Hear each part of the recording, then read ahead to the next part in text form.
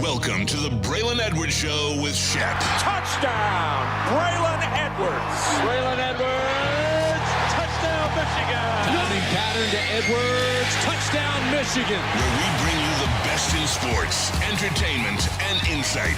Join us every weekday from 2 to 4 p.m. as we break down the latest games, analyze the biggest plays, and dive into the hottest topics in sports. We'll have exclusive interviews with your favorite athletes and guests, and you'll get a front row seat to all the action. So tune in to the Braylon Edwards Show with Shep. Got one-on-one going end zone. Edwards in the air.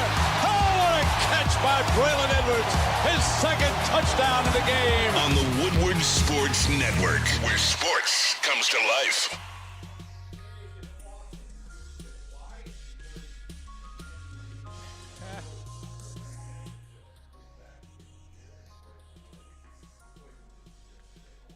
I'm doing good. I appreciate you. Sorry for the miscommunication. Obviously, that's on me moving forward. I'll take onus on that.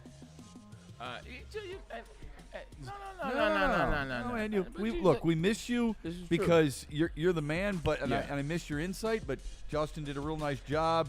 Kool-Aid and Ricky were there. Conversation flowed nice yesterday. Yeah, don't 100%. apologize. I'm just glad you're back. How was the golf outing, the Michigan football golf outing? It was good. Coach's outing was good. The Champion Circle Sharon Moore outing. This is year 2 of it. Last year 1 on the blue course in Ann Arbor. This year 2 at the Cardinal, which is shaping up for Live. I think that's going to be exciting. But the outing itself was well. Raised a ton of money for an institution that has a ton of it. And, it's just good to see the players out there.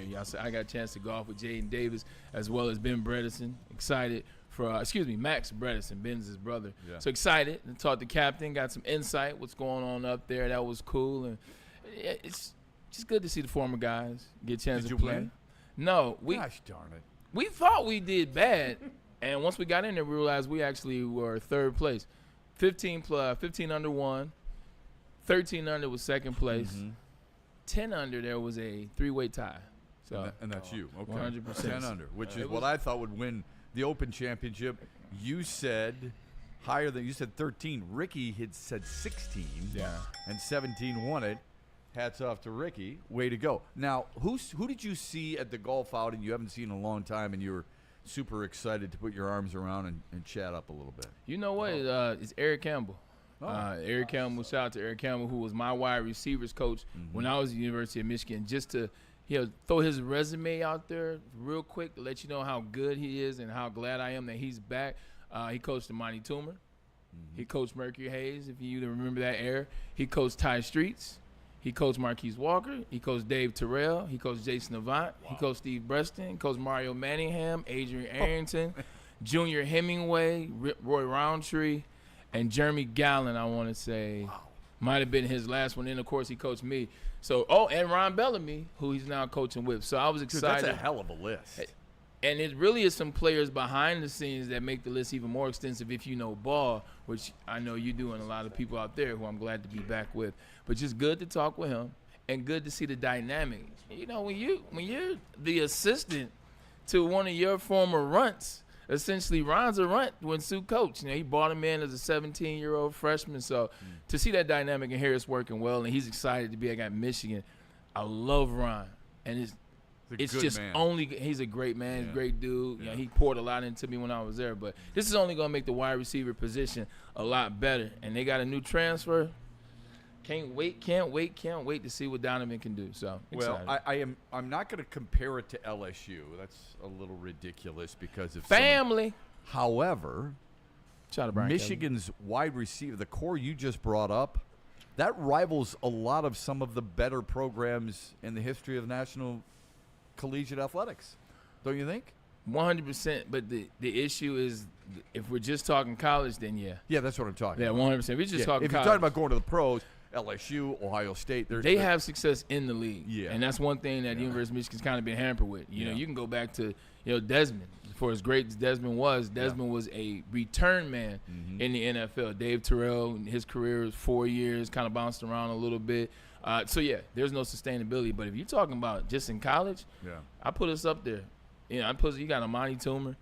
We are big wide out you. Yeah. Amani Toomer 6'4", me 6'4", Dave Terrell 6'4". and also guys that can move down the field. So When you think of certain college athletic programs, what are some of the quick programs you think of in the positions immediately? Like I brought up LSU, right, guys? I bring up LSU, and it's there's a good Wide reason for that receivers, yeah. for wide D receivers, right? wide receivers and D-line. And D-line. When I was a kid, Miami, not Miami, Ohio, but Miami, Florida. If you say Miami, it's supposed to be Ohio because they were the first Miami. But most people know it as the Canes. The U. The U was quarterbacks. You know, it was Vinny Testaverde. It was Steve Torretta. Walsh. It was Jim Kelly. Yeah. Gino Torretta. Yeah, came Gino late, Torretta. That was quarterback. True. When it was Penn State, it was linebacker U. When it was USC, it was running backs. Michigan was running backs. Like Michigan, I would. There's some really good wide receivers. Mm-hmm.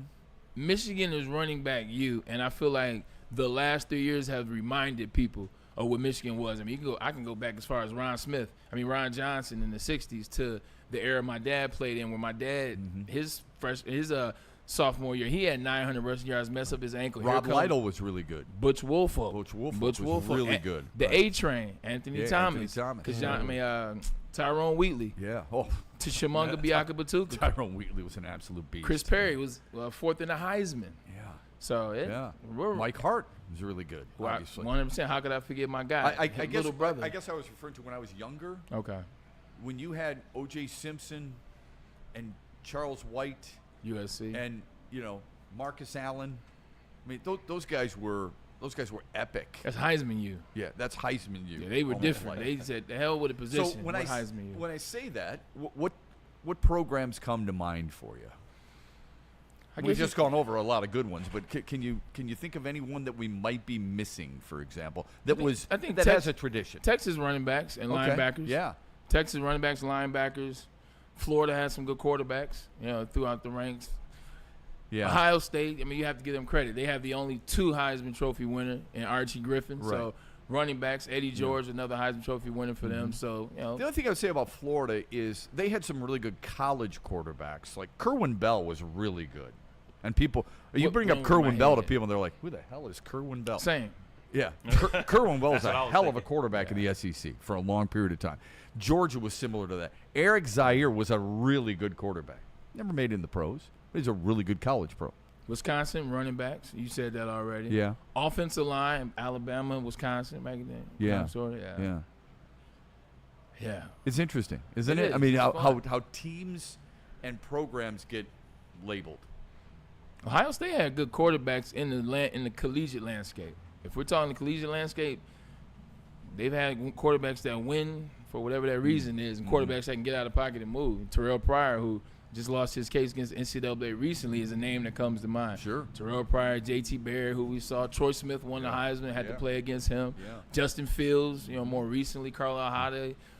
He didn't move as much, but yeah, it's the hell with that school. Yeah. All better than Art Schleister, who had a serious problem. So you bring up quarterbacks. It's a really good one. You and I were talking just before the show about the pressure on quarterbacks. Now, I always love your perspective on pressure because for us, I've always felt it's self-induced. Second of all, what really is pressure? You know what I mean? Yeah. A 5-foot putt for a skin on the back nine with your buddies. You understand it as a 3rd overall pick. Who's got the most pressure in the NFL's NFC North? Which quarterback has the most pressure on them for this 2025 season? So I came back. You already cooking. You already rock and roll. All right. Been waiting for you. I know, right? I'll indulge.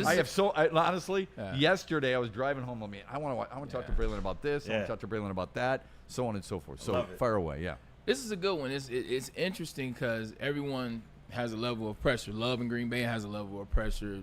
Minnesota, J.J. McCarthy, year one, essentially for him, he has a level of pressure to kind of, not implement what happened last year, but be somewhere in that ballpark because of how good that franchise was. And then Caleb Williams, year one, he's only a rookie, but a lot was made of how great and transcending he was going to be, and a lot was made in the moments that he had last year. Can't blame his coach this year, so that'd be interesting. The most pressure, though.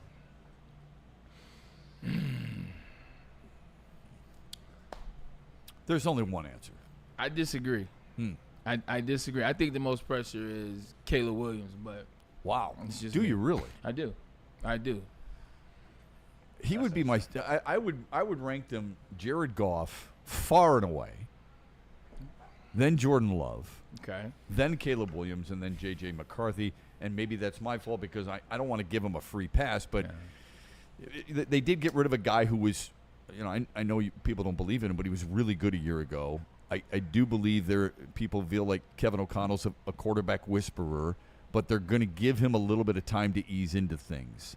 I don't think Jared Goff is allotted that in the NFL or in Detroit, and here's why. Yeah. Last year, until the Houston game, he was a prominent name for MVP. If you looked at the entire division, most people would say Detroit has the most talent of anybody in the division. You could argue they have the most talent in the NFC. I know Philadelphia. And they have amongst the most talent in the National Football League. This is all about expectation. Yeah. He's got to perform, and they've got to go deep. And I don't even think it's the regular season. The pressure is amped up on all you guys, but especially for him when the postseason hits. I'll tell you why I didn't choose the other three, and then I'll answer that about Jared Goff. I didn't choose Jordan Love because Jordan Love, at the end of the day, he is Matt LaFleur's guy. This is the quarterback Matt LaFleur's one. He fought for him, and also they have no owner. So Jordan Love's not going anywhere. Matt LaFleur's wants Jordan Love, and then he got injured before, kind of like during the season early on. He sat out, came back. He has an excuse, and he has a team that's only had 2 quarterbacks in the last 25 years before him. Yeah. He's not going anywhere because they're going to allow him all the time he needs, sort of. With J.J. McCarthy, there's a little bit of pressure on him, kind of fill the shoes of Sam Darnold, won 13 games last year, Minnesota right there with their rival Detroit Lions. But he's young. They'll give him time. They trust him as a leader. They already told you they weren't taking anybody. They didn't want to make it a quarterback controversy. Kevin O'Connell has put his stamp on J.J. time and time again. So the pressure is minimum. It'll be pressure that he puts on himself. Jared Goff, for me, doesn't have any pressure because he's not viewed like that. He's not going anywhere, though. One, he's not going anywhere because he got his bag last year. But 2, he's not viewed like that. And he hasn't done anything wrong technically. The 5 interceptions were horrible against the Washington Commanders, but you don't blame Jared Goff for that game. You blame injuries. You blame injuries in that game. You blame potentially the offensive coordinator for starting the wrong running back. You didn't blame Jared Goff. What can you tell me the injuries? What you're referring to? The defensive side of the ball, in terms of Well, yeah, but they won without those guys. So how? I know, but what I'm saying is Jared Goff, to make it make sense, Jared Goff isn't the guy that you're directly putting the pressure on to win the games for the Detroit Lions. He is a bipartisan of the success of the team, the squad as a whole. Jared Goff's not the guy that you're going out there and Jared Goff's going to win or lose us the game. Oh, I disagree. I think he absolutely can win or lose you the game. I think he's proven that he can lose you the game, and I think he's proven he can win you the game too. Every guy is like that, I would assume, but especially him. You're not going anywhere if he doesn't perform. No one's going, come on, Hendon, let's go. Here we go, Kyle, let's go. It's not happening. This team is expected last year, even internally. It's not just you and I. It's not our group who expects them to win or get to the Super Bowl. They were expected a year ago. I think when we say pressure, and I could be wrong here because you felt it a hell of a lot more than I have. Mine's a red light on a TV. Yours is in front of thousands and thousands of people every single Sunday where you got to make every single catch, even if it's thrown behind you. But Jared Goff is directing an offense that was one of the best in football, the best in franchise history, and everybody expects this team to go deeper than it did a year ago. Not necessarily 15-2, but deeper than it did a year ago. But they expect it because of the sum of the parts. They don't expect it because of Jared Goff. When you're talking about expectations on a quarterback, you're talking about Matt Stafford, you're talking about Josh Allen, you're talking about Lamar Jackson, you're talking about Patrick Mahomes and Joe Burrow, quarterbacks that we'll get into later. But with what Jared Goff has been able to do here, the running backs in terms of totality of what they did last year, they were the most dynamic duo in the league. The wide receiver core, you saw what Amon-Ra and they were able to do. The offensive line was the second best in the league and has been so for the last 3 years. So play action pass was Jared Goff's best friend. 45% of a lot of the yards are on play action pass. They're not asking Jared Goff to go out there, hey, Jared, go win us this game. hey, Jared Goff, go win us this game. It's not. And the pressure's never been on him. We didn't even believe that he was going to be still here 3-4 years ago. However, he proved it through the system, got his money, and here we are. I don't think there's pressure on. What happens if he has a bad year? Where are you going? Are you going to remove him? No. Well, but I don't look at pressure as, and again, this is why I love your insight. I don't look at pressure as if you don't win, you're replaced. I look at pressure as this team has got to win specifically this year, and you're a primary reason for it. If you don't deliver, I'm not saying they're going to be gone, but there's going to be open questions about him more and more if there aren't already. I just don't believe he's one of those. I think pressure only applies to certain quarterbacks in this league. So you said Joe Burrow. Why would he have so much pressure when he's got the best wide receiver tandem in football? Well, because the whole organization is built on Joe Burrow and what he can do. Joe Burrow goes in there, has an off night. That's the one thing Cincinnati doesn't do. Joe don't have off nights. Like, everything you've seen from Joe Burrow, or Cool Joe as he's called, in his time in the NFL, he's been successful. Even when he tore his ACL that year, he was having a successful year. Right. He came back. He gets to the Super Bowl with the worst offensive line in NFL playoff history, in my opinion. He's fine, but it didn't start that way. Yeah. That's interesting because I love the perspective, the different perspective of pressure. I think we throw that word around an awful lot, but I do believe. I mean, you're changing my mind a little bit because Jared Goff. You're right. This team relies on so many other guys. Right. But I think that's why I viewed it as pressure on him, because this team is so deep in its talent pool. The expectation to win in Minnesota, I don't think is as deep as it is in Detroit. I don't think it's as deep in Chicago as it is in Detroit. Perhaps it might be even in Green Bay to a certain extent because of the combo that you've brought up, and they're expecting more out of Jordan Love. But this team, if they don't win, if they don't get to the Super Bowl, it's a disappointment. I'm not sure that's how they feel in the other three markets in this division. Yeah, and you know what, Shep, just listening to the conversation, I've appreciated both perspectives. For me, I do believe that two of those quarterbacks at the top of the pressures is, feeling the pressure is Jared Goff and Jordan Love. I wrestle back and forth between which one has more pressure because you're looking at everything that the Packers have been, and you look at where they are now, to the fact that Lions fans are taking over their entire stadium. I do believe that there's a lot of pressure on Jordan Love to figure this out, especially when you look at the beginning of last season when he got hurt and you saw another quarterback step into that system and have some success there. And so I do believe there's pressure for him to figure this thing out because right now they're getting punched in the face by the Lions. But for Jared Goff, I agree with Bray to a degree where you're not putting it in his hands and saying, go win us the game. But you guys are literally both right. The antithesis is you can't afford to have him lose you the game either. He can definitely have you in a position like we just saw against the Commanders where he can cost you. But you go back to playoffs before that, where his numbers astronomical? No.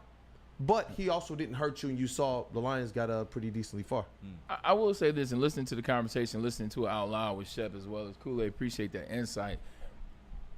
Maybe he hasn't been under pressure, and so maybe I can take a step back and say, looking at how the landscape has changed, looking at how the puzzle pieces have moved or they've changed, whatever you want to call them. Probably turning up now. 100%. Coordinators, you looking like offensive line, the rotation, people moving around. So now this year, maybe you're correct. And looking at it that way, the pressure is now on Jared Goff because there's not more just, I can just come to the game, I can show up, and we can just get this thing rocking and rolling and do what we do. This is Jared Goff this year. He's going to have to be the focal point of leading this offense, not just on the field, if you will. Yeah, not that it's a ton, but 17 fourth-quarter comebacks, that whatever team he was guiding, the Rams or the Lions in those fourth-quarter comebacks, were relying on him. Fair. When you see what he is capable of and how vital any starting quarterback – is there a starting quarterback in the NFL where they don't have pressure? Fair. Give me that guy. Right. Mahomes? Mahomes? Yeah. Because he's not going to ever be replaced, or because you're talking about – I mean, the expectations for Patrick Mahomes are constantly through the roof. He's not just supposed to win the division. Yeah. He's not just supposed to get his team to the Super Bowl. He's supposed to be the MVP, too. I think that's a lot of pressure. And he handles it beautifully. I mean, I really like Patrick Mahomes. Can't stand his wife, but I really like him. I think he handles things exceptionally well, including her. True, but I think with the success he's already had, like over and over again, proving himself, I don't believe that same pressure is there. Okay. So you don't think Tom Brady ever had pressure? You don't think Peyton Manning ever had pressure? You don't think Drew Brees ever had pressure? I think they did, but not in this season. You know what I'm saying? In certain seasons they did, in certain spaces they did. Look, Tom Brady, for how he started until the run, like he was fine until you get 4, 5, 6, 7, 8, 9, 10 years removed from a Super Bowl. Then you start facing that pressure that he faced, and he was able to combat that yet again. Peyton faced way more pressure than Tom. To your point, but there are times when he didn't have it as well. It's a good conversation. Yeah, and we got a little bit of chatter from the chat as well. Phil believes it's not a quarterback, but Mr. LaFleur himself, who's under the most pressure, he thinks he just absolutely freaked out last year. And Stephen, I like that. In what way? What way do you think he freaked out? When he got mad at somebody who was actually on the field in Detroit saying stuff to his team and when they're supposed to be out there for the national anthem? No. Yeah, but at the same time, like there's a person that's his job or her job, and they dropped the ball on that. But like, is that supposed to rattle you that much as a head coach that has been here before? Matt LaFleur is a guy who's won 13 games 3 times and had home field, so like, that just looked like what we think on the inside, it came out. Yeah, it might be. Some people might take that as him protecting his guys too. Yeah. So I don't know if that's what gets his blood boiling. If it is, then you're right. I mean, that's kind of freaking out. I guess I never looked at it that way. There's another one in the chat that said we forgot the Iowa tight ends in college football. When we're talking about college football, and what positions go with what teams. And it was Iowa tight ends is a pretty good one. You guys say like offensive lineman in Nebraska? Yeah, that was back in the day. That's no longer the case, unfortunately. That may have been lost with Dominic Raiola. I don't know. It's funny, like you can use LSU and Alabama for a lot of things, but either one of those DBs. Yeah. LSU and Alabama's had some DBs over the years. Incredible. Any other chat in the chat? Yeah, definitely. We got a couple more as it relates to the quarterback conversation, and then some super chats to kick things off.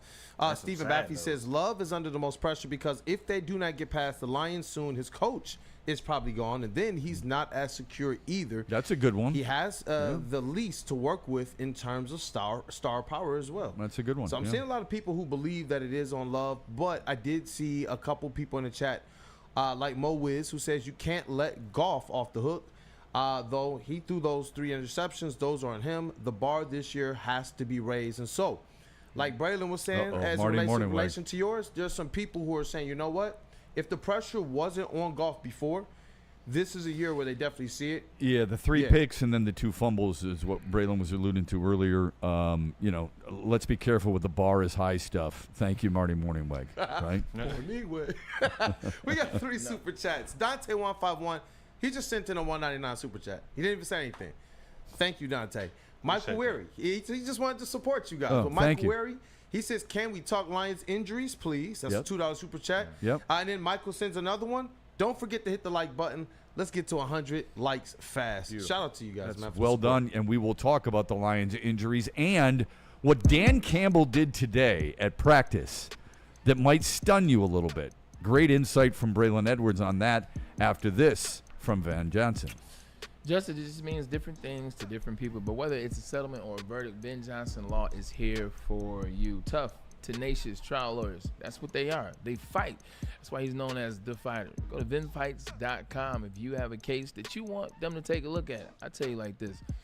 Don't just have them take a look at it. Have them take over, because that's what they do. They will fight for you. Ben Johnson Law. Call them today. How do people feel about getting a Planet Fitness membership for $15 a month? How do they like working out in a clean and spacious gym that's filled with equipment for every workout? And how about free fitness training in the judgment-free zone that leaves them feeling energized all day long? Join Planet Fitness today with the free PF app, online or in club, and start getting that big fitness energy for $15 a month.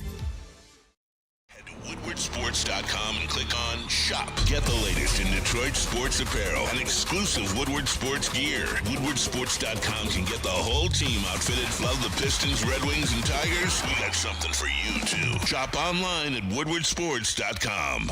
Walk into any Lady Jane's Haircuts for Men today. Open 7 days a week. Sit back, relax, and enjoy precision haircut, scalp massage, hot leather neck shave, and hot towel treatment from one of our talented stylists. Step up your game this season and take advantage of our $20 haircut special. Scan the QR code and get your coupon today. Lady Jane's Haircuts for Men, the ultimate haircut experience. Open 7 days a week. Walk-ins always welcome. Lady Jane's Haircuts for Men. It's wicked awesome. It was traffic. Traffic was the only reason I didn't get in early enough to get into the massage chair, because I would have been in it. I'm trying to tell you, if you're trying to upgrade your relaxation game, check out Massage Chair House in Bloomfield Hills. It's the largest massage chair showroom in the Midwest with the top brands of massage chairs like Infinity and Osaki. They are located on the corner of Woodward and Long Lake Road. So experience luxury comfort with Dr. Eric Duncan. He's the wellness doc, and he's the creator of the top YouTube massage chair review channel. So check that out, man. Book a visit right now, massagechairhouse.com, or you can just scan the QR code, Massage Chair House, your ticket to the ultimate recovery and relaxation. How come you're not in that massage chair today? Because the interns in it, I'm trying to let them live. I like his pants. So some stunning news, just real quick, and then we'll dive back into sports. Ricky delivered it to us. Ricky, go ahead. Why don't you tell us that? Yeah, chat was talking about it, but Ozzy Osbourne, he was the lead singer of Black Sabbath, correct? He was one of the leads, yeah. I mean, Ronnie James Dio was also a lead singer for Black Sabbath, and I know this is blasphemous. I'm going to get lit up. This is your people's, huh? I like Ronnie James Dio, leader of Black Sabbath, more than Ozzy Osbourne. Timing, I know. I know. Look, it's honesty, though. Tony Iommi's still there as lead guitarist. I love him. Well, R.I.P. Ozzy Osbourne. I would say, yeah, R.I.P. I would say they are one of the most, if not the most influential heavy metal bands in history. People can talk about Led Zeppelin if they like. I think it begins and ends with Black Sabbath, and Ozzy Osbourne is that guy. He's so unique, and he was so successful at Black Sabbath and on his own, and so many great guitarists played with him. He's a weird-looking dude, though. I mean, when he's on stage and the way he moves, like it just doesn't look good. There's a lot of stories there. I mean, I don't know if you've ever read the book, Snorting Ants, licking up other people's urine. I've only seen the movie. I've seen the movie. Yeah. So when they did different cat. When they did that when they did that Netflix whatever you call it, biopic on Motley Crue. Yeah. That's what I saw. So I saw that too. So the pool scene that they had when Ozzy's older and Motley Crue's younger, they had him come down there and snort some ants. So I'm familiar through that. My question is, I love some heavy metal songs. I went to schools and went to places. I heard it and started liking some of the stuff. I just don't know how you tune into that like regularly and then tap out of it. Like Led Zeppelin is different. Like, that's more back in the end of the 70s. It was soul. They mixed a little soul in there with the heavy metal. But like, how do you tap in and tap out? Like I can listen to, it's some crazy rap songs, but that's what I was thinking. I feel like it's the same. I can jump out of that energy though, and go to church. Yeah. I was just going to say, I'm sure there's something that gets your heart pounding a little bit, and then you're able to lower it down. Gucci Man. Like, I've listened to Gucci Man for years and years and years. I never sold dope a day in my life. All right, so explain that. So explain Gucci Man. It's straight up drug dealer music from back in the day. And I was a suburban kid. And I was a nice suburban kid with a job, and I would listen to it every single day. Never sold dope a day in my life, but could rap every single word to it. I feel like it's no difference. Isn't that fun? That is so insightful. No, I'm serious, because he's talking about that. Ricky's saying, that is, all those things associated. The same thing with me with heavy metal. When I bring Highway to Hell home, everybody thinks, oh, you got to be doing drugs, right? Right. If I'm sitting there banging my head to Iron Maiden, people are thinking, you've got a screw loose. Hey, Shep, how do we reenact this for the people, man? How do we reenact what? The snorting of the ants? It was quick and on point. I want to see you in your element. You're putting it out. You got to turn it off. You don't want to see that. There's some stuff you got to keep under the belt. That's right. There's a lot of air guitar, and I don't know how to play air guitar. There's a lot of drums. When Neil Peart's on the drums in Rush, every person is playing air drums because he's the greatest drummer of all time. And it's a lot of pounding of the steering wheel when I'm listening to it. I can see that. Yeah, for sure. So, but to your point, I mean, there's certain times where you just got to have, like when I work out, it's heavy metal, for sure. If I'm in the car, my wife and I are going out to dinner, I can't put it on. vibes. She'll turn it off. Yeah, I will put on R&B vibes. jazz or R&B. Yeah, something sexy. Absolutely. If I'm working in the yard, I may do country. If I'm playing golf with Braylon and you guys, I have a rock 70s, 80s theme to it, but it's not so heavy that it makes you, when you're standing over it with a 3-wood, say, turn that crap down. You know what I'm saying? 100%. There's a lot of that going on. There's some cool joints. Some cool joints in that space. The golf course is great because you just drive by people and everybody's listening to different stuff. Exactly. Yeah, I love it. Usually, unless you're with a bunch of young kids, they all listen to Morgan Wallen. But other than that, I got a couple Morgan Wallen songs. Morgan Wallen is the most overdone artist. I don't want to start a fight. I got a couple of my playlists. I didn't say he wasn't good. Okay, overdone and two different things. Like he's just over. Yeah, 3 shows at Fort Field is a little overkill. It's like, all right, like he's good, but like relax. Yeah. Like, relax. No, you're right. I mean, Relax. you can be that person or that entertainer where a lot of us like, okay, I understand why some people like it and are attracted to it, but enough is enough. In his defense, you got to understand that Beyonce came out of nowhere, so they had to champion somebody to keep country. Yeah, but she's really good looking, so there's a big difference. Exactly. In my eyes, really they have to push them. They got to push them. They're like, hey, we still here. We still here. Because what I don't like about it is country artists, they do this. Mm-hmm. Country artists, they start going around the genres when they're young artists. Yeah. They start going around the genres, and you start doing features with, insert rapper here, insert pop artist here, insert EDM here, insert another type of music here, and you kind of do this,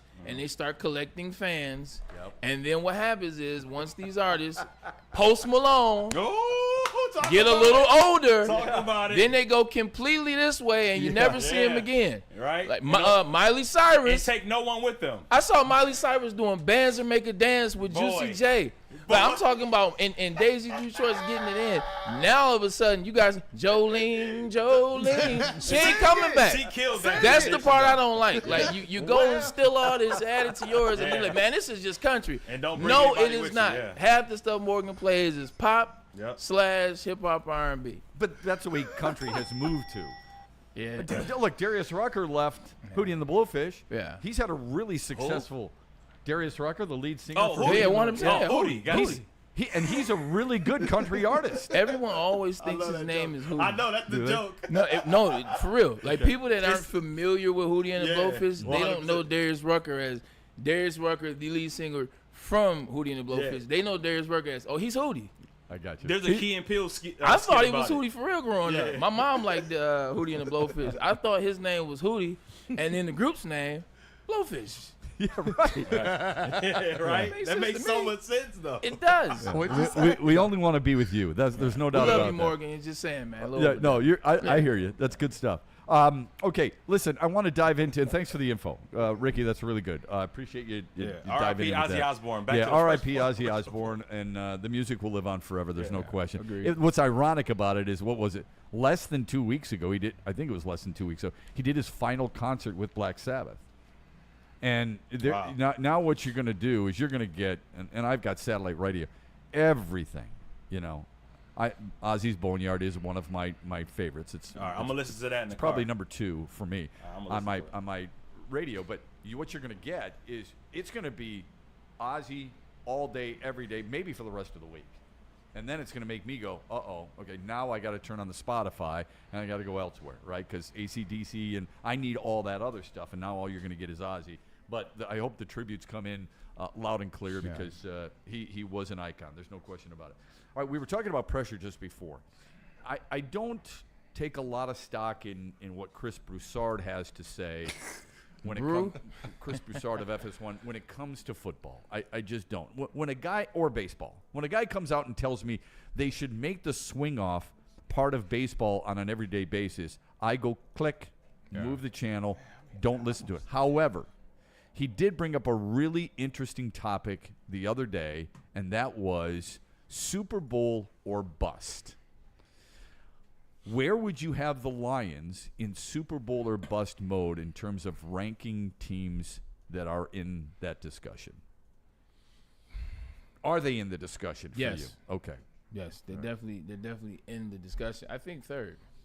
Third? Okay. I got them third. I got them behind the Buffalo Bills, who are behind the Baltimore Ravens. Okay. So that's what he has. He has Baltimore, Buffalo. He has Detroit. Well, the surprising thing, he's got Cincinnati in there. Interesting. And I would not have guessed that, nor would I put them in there. I could come up with 4 teams, maybe 5, maybe. Yeah. And I guess the first thing I want to know is tell me what bust means, first and foremost. Does it mean it's been a disappointing season? Does it mean things have to get blown up if you don't get there? So everybody views the definition just a little bit different. How do you look at that side of that discussion? Certain situations aren't going to get blown up. You look at the Baltimore Ravens and how they're currently constructed. If they don't make the Super Bowl, if they don't get to it and they don't win the Super Bowl, it's not going to get blown up. Lamar Jackson isn't going anywhere. John Harbaugh, who won the Super Bowl in 2013, he's not going anywhere. That defense isn't going anywhere, so it won't get blown up. It's just you don't want to hear anything else. Okay. It's like for the Baltimore Ravens, I don't want to hear anything from the Baltimore Ravens that's not – we made it to the dance, and we had a hell of a fight, and we ended up losing at the end of the game to insert NFL team, Detroit Lions, right?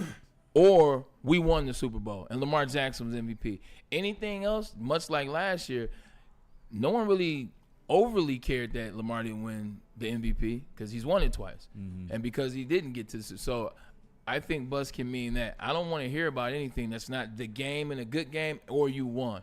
For Josh Allen, I think it's the same because we keep giving him they keep giving Josh Allen, everybody's golden boy, the excuse, well, he's played so well in the playoffs. He has the highest passer rating. He has this. He had the touchdowns to interceptions, which are all very nice. But what he doesn't have is that appearance. What he doesn't have is where he climbed the ladder, where he and Sean McDermott, who it's really on, not Josh, it's on Sean McDermott. So they got to get to the Super Bowl, or you don't want to hear it. Do you want to hear about them getting to the AFC Championship again? Do you want to hear about – you don't want to hear it. So I think – especially if they have home field advantage. Right. That's interesting. You say he's their golden boy. I mean – well, just a golden story. Like last year, he's the one that, because he does things the right way. They like him. He has the yards. He has the stats, blah, blah, blah. So he's the one they're already lobbying for even before – the last 2 years, which I feel like the last half of a year ago and the last half of the year before that, he cemented himself in those 2 years. Yeah. So Chris Broussard has Baltimore, Detroit, Buffalo, San Francisco, which is what I have.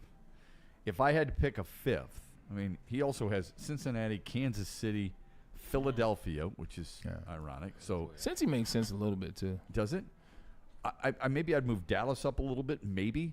I'd put the Chargers probably at 5, and I think a lot of that has to do with Justin Herbert, perhaps a little bit with Jim Harbaugh, who's supposed to have the magic dust, and the fact that they had 11 wins a year ago, yet fell flat on their face.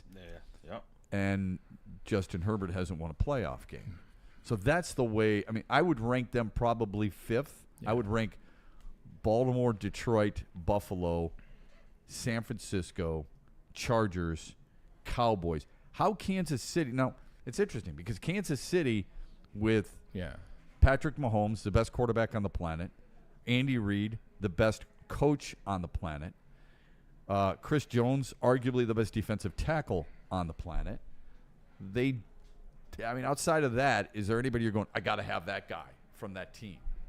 I would argue they're not as deep and talented as a lot of the teams before. They got some good DBs. Yeah. Their secondary is really good. As it relates to, you said so many teams, I got to figure out which one that I want to take the time to break down. 49ers, let's start with Kyle Shanahan. Yeah, I guess it's pressure because he's been here for a decade. In that sense of being close, being in the dance, being removed last year, bit of an excuse because of the injuries to the major components. This year, you've kind of revamped a little bit. You paid your quarterback. Your guys are healthy. Your guys are back. If not now, when? Christian McCaffrey is not going to be at this level for very much longer. Right. So that fits into that window. Yeah. I like that a lot. If they don't win this year, this might be Christian McCaffrey's last year there. Yeah. Why the Lions for you? Well, for me, everything's about expectations. Yeah. And I think the expectations internally for the Lions is a hell of a lot higher than it is for externally. You know that better than I do. But when you have improved every single year under Dan Campbell, when you have loaded up on young talent and rewarded them with money, and you have guys who are back, the excuse was, well, no Aiden Hutchinson. Right. Even though you won without him, people built that into an excuse. Yeah. Perhaps they'll do the same thing with the coordinators. Perhaps they'll do the same thing with no Aleem McNeil. Perhaps they'll do the same thing with no Kevin Zeitler and no Frank Ragnow. There's going to be an adjustment period and so on and so forth. This is Aren't supposed those valid, though? Well, I do think they're valid, but I also think the beauty of what the Lions have done is they have drafted and developed, and they have gotten better. Players have gotten better. They've given them more responsibility. They have exceeded some of that responsibility. When you have the best secondary in the NFC, arguably, Philadelphia is in that conversation for sure, you're getting Anzalone back healthy. You're getting Hutchinson back healthy. You're missing some interior guys. You use your first-round pick on a defensive tackle who can block out the sun. I don't think I hate to phrase it this way. Yeah. I don't think there are excuses for them any longer. Unless something happens during the regular season. You know, if Jared Goff gets hurt, if Amon-Ra St. Brown gets hurt, I could understand why the temperature would be lowered. I think the temperature's high because of all of what I just said. You know, I agree. You know, you run out of excuses. Just take, for instance, what happened last year with Baltimore Ravens. They didn't have their best receiver. And guess what? Yeah. People were tired of making excuses for Baltimore and Lamar Jackson. They act like it didn't happen. Mm-hmm. So you're 100% right. The Lions have to belong on this, and it's because of how the last 2 years have gone. Last 2 years ago, you get to the NFC Championship. Last year, you had the most wins in the NFC. Now you got all those guys back. Like, what would be the excuse this year? Dan Campbell is now a seasoned coach. Like, also, you don't get this window forever, because guess what happens next year? You got some people that are coming down that pipeline that you got to pay. Right. You got some people that and you can't afford them all. 100%. So this team, as it's currently constructed, a lot of people say the greatest roster in Detroit Lions history won't look like this next year. Yeah, agreed. It will not look like this last year. Look what the Kansas City Chiefs had to do. I know. They obliterate. Look what the Eagles had to do after winning. Mm-hmm. See, this is why. Yeah, it's neither here nor there. But that's why people talk about windows. Even though I'm not a big believer in that, I understand why people talk about it. Yeah. Because especially in football, your roster is constantly rolling over. Yeah. Right? And you're trying to bring in Braylon Edwards leaves for free agency. How do I replace the production? How do I replace the size of the receiver? Right. How do I replace that position? Sometimes it's not just one guy. Sometimes it's more than one guy. Also, too, a major thing is in sports now, they're trying to get younger and younger and younger, which means you're moving older guys out faster and faster and faster. Mm-hmm. Like when I was playing in the NFL, guys have been playing for 20 years. Like I played against London Fletcher. Like I played against London Fletcher, 21-year linebacker, 19. Awesome player. But now, like it was then. Now, man, you're an old guy if you're year 7. What happens is that experience, the players that have been there, the players that fight, the players that can speak between the coach and the locker room, like those players are far and few. And when you lose them, Frank Ragnow, next year we'll lose Taylor Decker. Like team becomes younger. Now you have to start it again in terms of the mental. So the cycle off process is definitely a big part of why that window is high. And the Lions are number 3 on this list. Next year, that offensive line is going to look completely different. How much of that has to do with the way the NFL is run? When they're taking guys and they don't want to pay guys who've been there for an extended period of time. Everything's front-loaded. Here you go, Braylon. This is a really good-looking contract, but most of it's taken up in the first year or two, and then by year 4, I can cut you easier. How much of that is the system in which the NFL works? Yeah, that started when they locked the NFL out, man. Right. When they locked the NFL out, it's like, look, y'all making too much money. We'll lock you out. I want to say it was 2007, and they locked us out. And what they did was like, we're gonna front load these contracts, and then you get the veteran guys to get upset. So now you have this back and forth with the veterans. Now you have this angst between the young guys and the veterans. And then what they do, They come back to CBA, start front loading contracts, and everybody says that looks appealing. And then you know what it allows them to do? It allows them to get rid of players. That's right.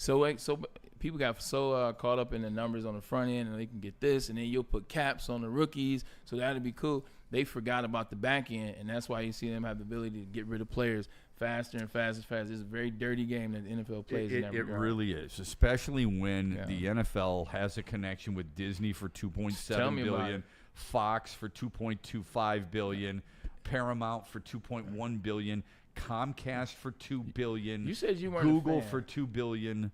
You said you weren't a fan of renegotiations before contracts were over.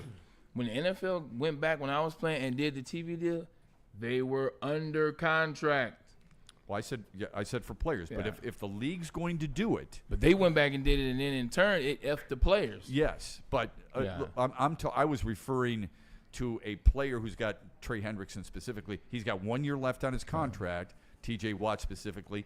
They're going to hold out even though they signed the deal. Okay, that's an issue for me. But I understand why they do it. I understand that your shelf life is limited, especially in the NFL. If the league is going to go back and renegotiate that kitty, and they're going to get more money, then players have every right to do the same damn thing. Okay? 100%. And anybody who says differently is a hypocrite, period. The thing that they do that when they renegotiate those deals that ends up happening is they renegotiate it, and it does help the player. It helps the current young player. It helps the player that is somewhere between rookie and year 3. That helps those guys because now this new deal, then that following year, the following year, and the following year. But the guys are older, man. They don't really get a chance to enjoy that honey, as they say. I hope they understand that right away. I hope they understand that on draft day when they walk out on stage and get that fake hug from Grandpa. It drives me nuts. It's one of the more nauseating things where it's just like, oh, I want to pick you up and I will love you and I want to give you your jersey and then you got that hat on. Let's take a picture together. I hope you frame it and put it up in your office and I want to throw up in my mouth. He makes Did you see what his contract was for this year? His new contract? $68 million a year, his new contract. So here's my question. We'll talk about players constantly, about how much they make. It's automatically associated with them. Well, you know, Javier Baez makes $25 million, Shep. Yes, I understand that. How much does the commissioner make? Nobody ever says anything. I get that he's bringing in money to the league. He's doing a really good job of it. I'm not saying he shouldn't be rewarded. I'm just telling you, when I watch television, when I watch the games, I'm not watching for a man in a suit and Cole Haans walking the sideline. I'm watching for the guy who is ready to deliver a touchdown pass, a game-saving tackle, or whatever the case may be. But the best thing about it is, see, the players, they have the fan base. And the fan base can lobby against the player and the money and all that. Like, it's the fan base that they set up. Nobody cares what Roger Goodell does as a fan. Like, the masses, they don't care about Roger Goodell, so you'll never get that. But players, man, it's the fan bases. It's how much we as members of the media let the fans know. People don't know. Automatically, people can tell you how much guys are making. Oh, my God. You know, look at how much Shohei Ohtani signed. Because it's written in every article associated with him just about. Juan Soto signed for $700+ million. Everybody knows that, right? Nobody knows how much commissioners make. Because anytime somebody writes an article about it, they are not referring to his salary. Players are associated with their statistics, the length of service, and their salaries. Commissioners are not. You know what they're associated with? How many more years do they get from the owners, and what have they done for the league?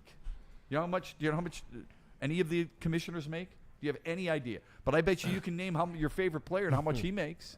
It's a very one-sided situation. I see Braylon over there, man. I see it on your face, man. Shep going to bat for the players on this one. I appreciate that, man. It's like any other job that you do, not the commissioner. Any other job, the NFL, once you get paid, you can get criticized or critiqued for your job for the most part. Right. See, as a commissioner, which is basically a liaison, fancy word for a liaison, or a go-between between the players and the owners, the go-between between the owners and the media, those people have no... Say it. Show. Come on. Those people don't really necessarily have they're just liaisons. They're mouthpieces. They don't have the mindset. You know what I'm saying? Like, it's not their thoughts, their things. They're just passing information, essentially. It's like Leo Beatty was for Ford, man. I would say this. I'm not afraid to. Shame on the Players Association for not doing more about it. I'm not proposing please go on strike and all that other stuff. Something needs to be negotiated where football players specifically, all right, how this league has gone as long as it has without guaranteed contracts is beyond me. I don't think it would have ruined the product. I don't.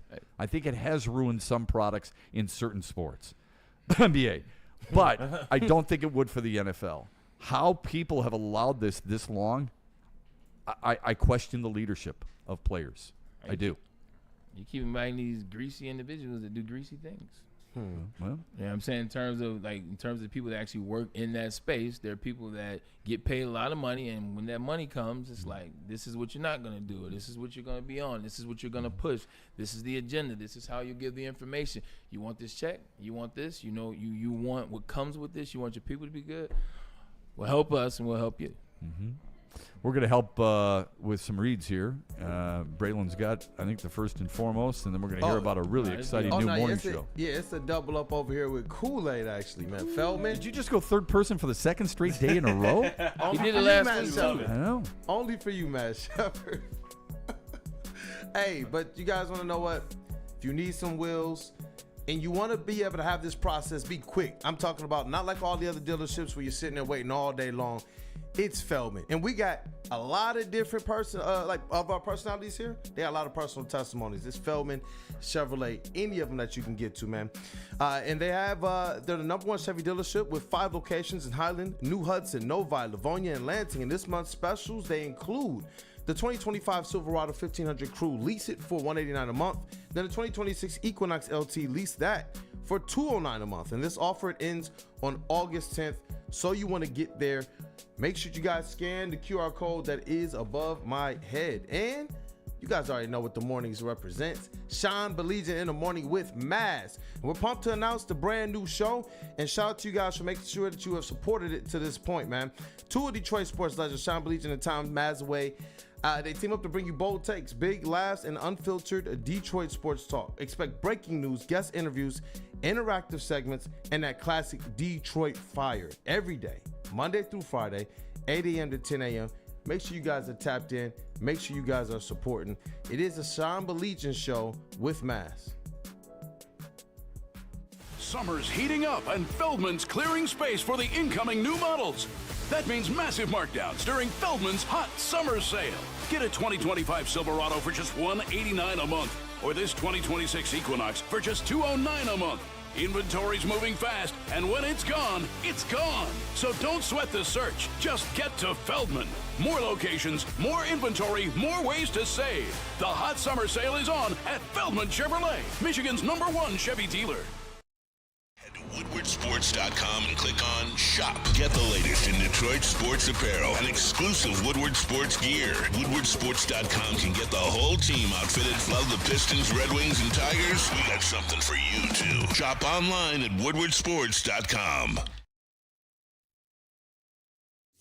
Big injuries, big news. Twice a week, Dr. Jeff Pierce from Michigan Sports and Spine joins Woodward Sports Network for the Injury Insider Report. Big D Energy Tuesdays at noon, and Armani and Edwards with Maz Thursdays at 3:30. Get expert analysis and in-depth breakdowns on the latest sports injuries from the man trusted by top athletes in the community, like D-Mac.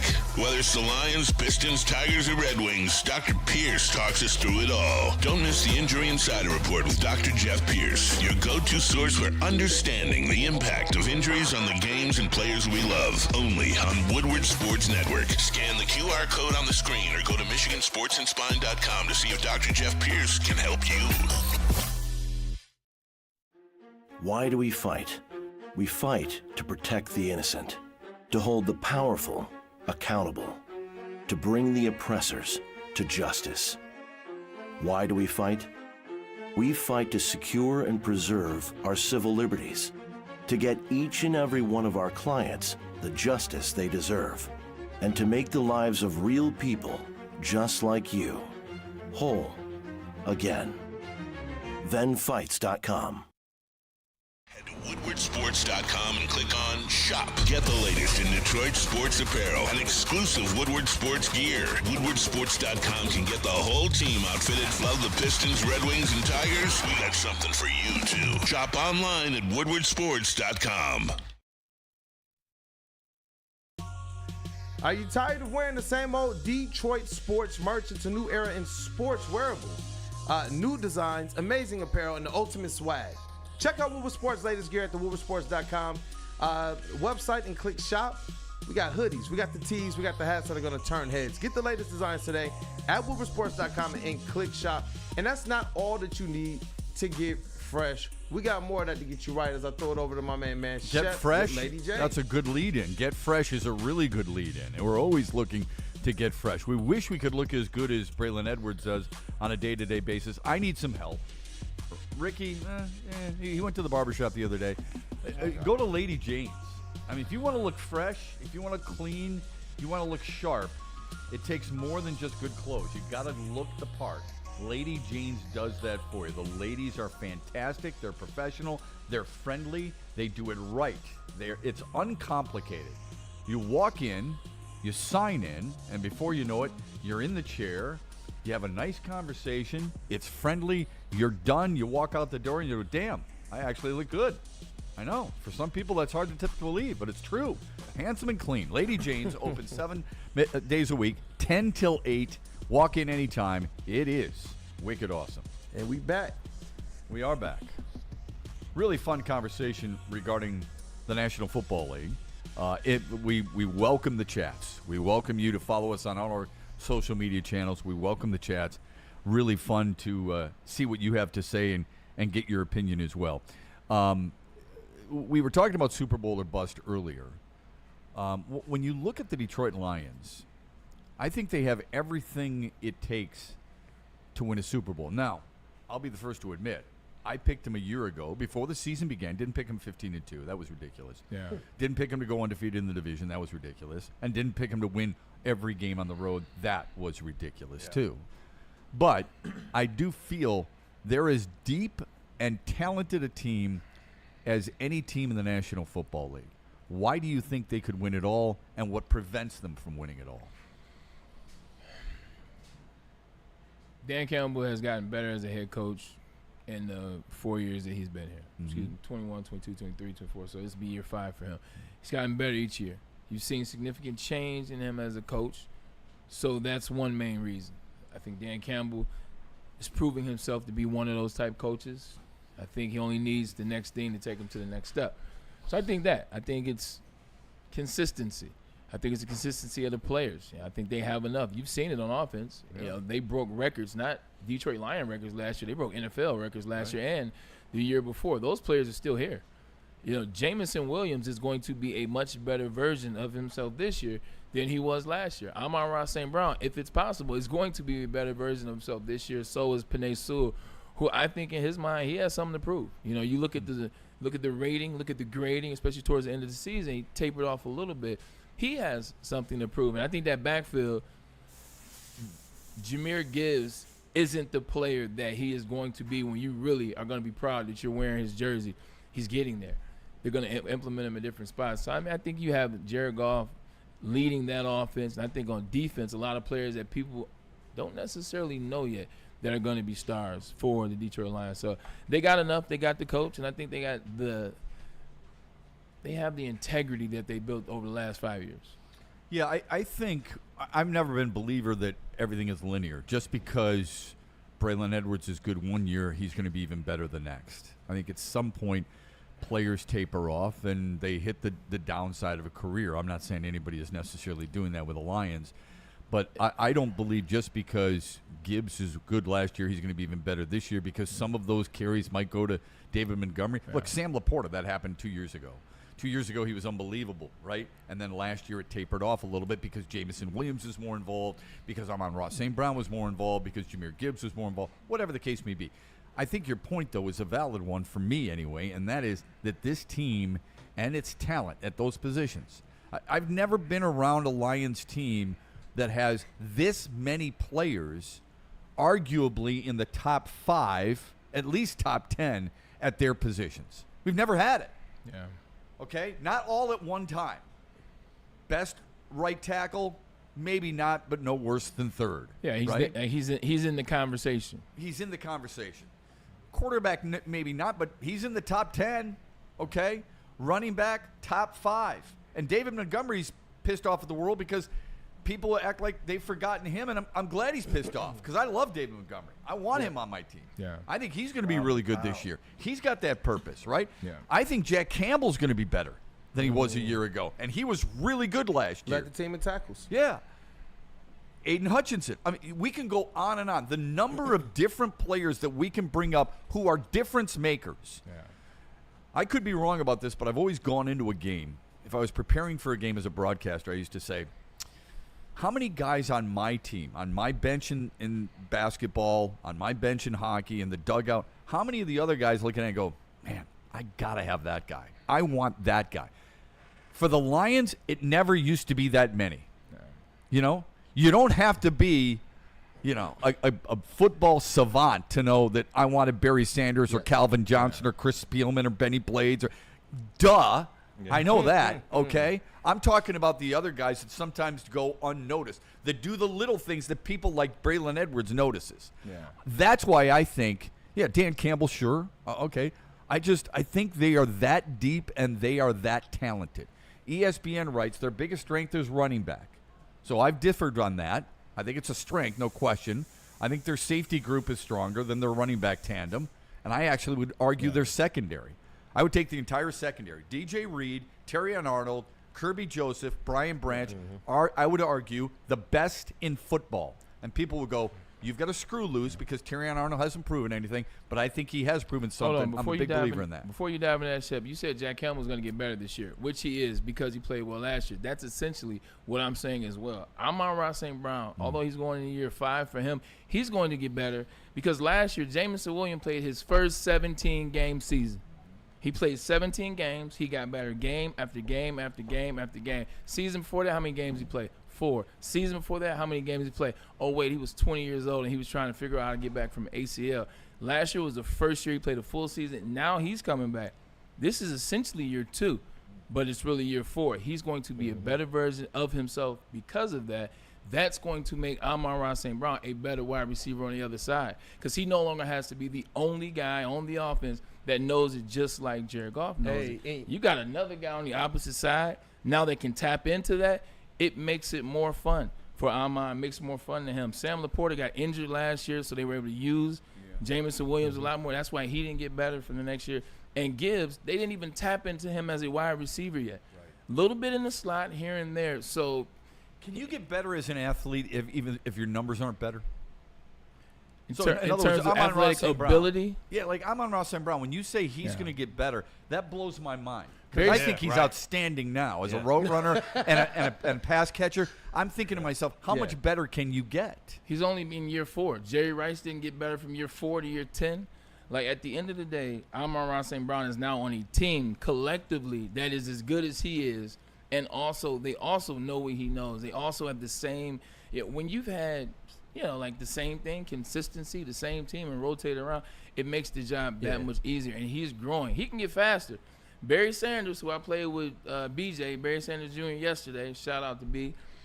Barry got faster from 89 to 95. Remember when he first got in the league? See, people won't say this because they think anything you say negative about Barry is blasphemous. Barry used to get walked down on the longer runs in 89, 90, 91, 92. The longer runs. Anything when he was cracking 50 and above, Barry get walked down. Barry stopped getting walked down in 95. He got faster. There are many ways that you can get better as an athlete, if you tap into that stuff. And unlike 89, where you got to really search out ways to get better as an athlete, everybody can get you in the gym these days. I would have asked this question closer to the beginning of the season, but being that you've brought it up, and I'm not saying I won't ask you again for folks who tap into our program a little bit later on, right, the Braylon Edwards Show. But I would ask you, when you watch Amon-Ra St. Brown, in what area can he get better? And Jamison Williams, too, specifically. One, speed. I'm not saying he's going to go from 4, 5, whatever, to 4-2. It's not going to happen. How you run, learning how to run, he'll get better.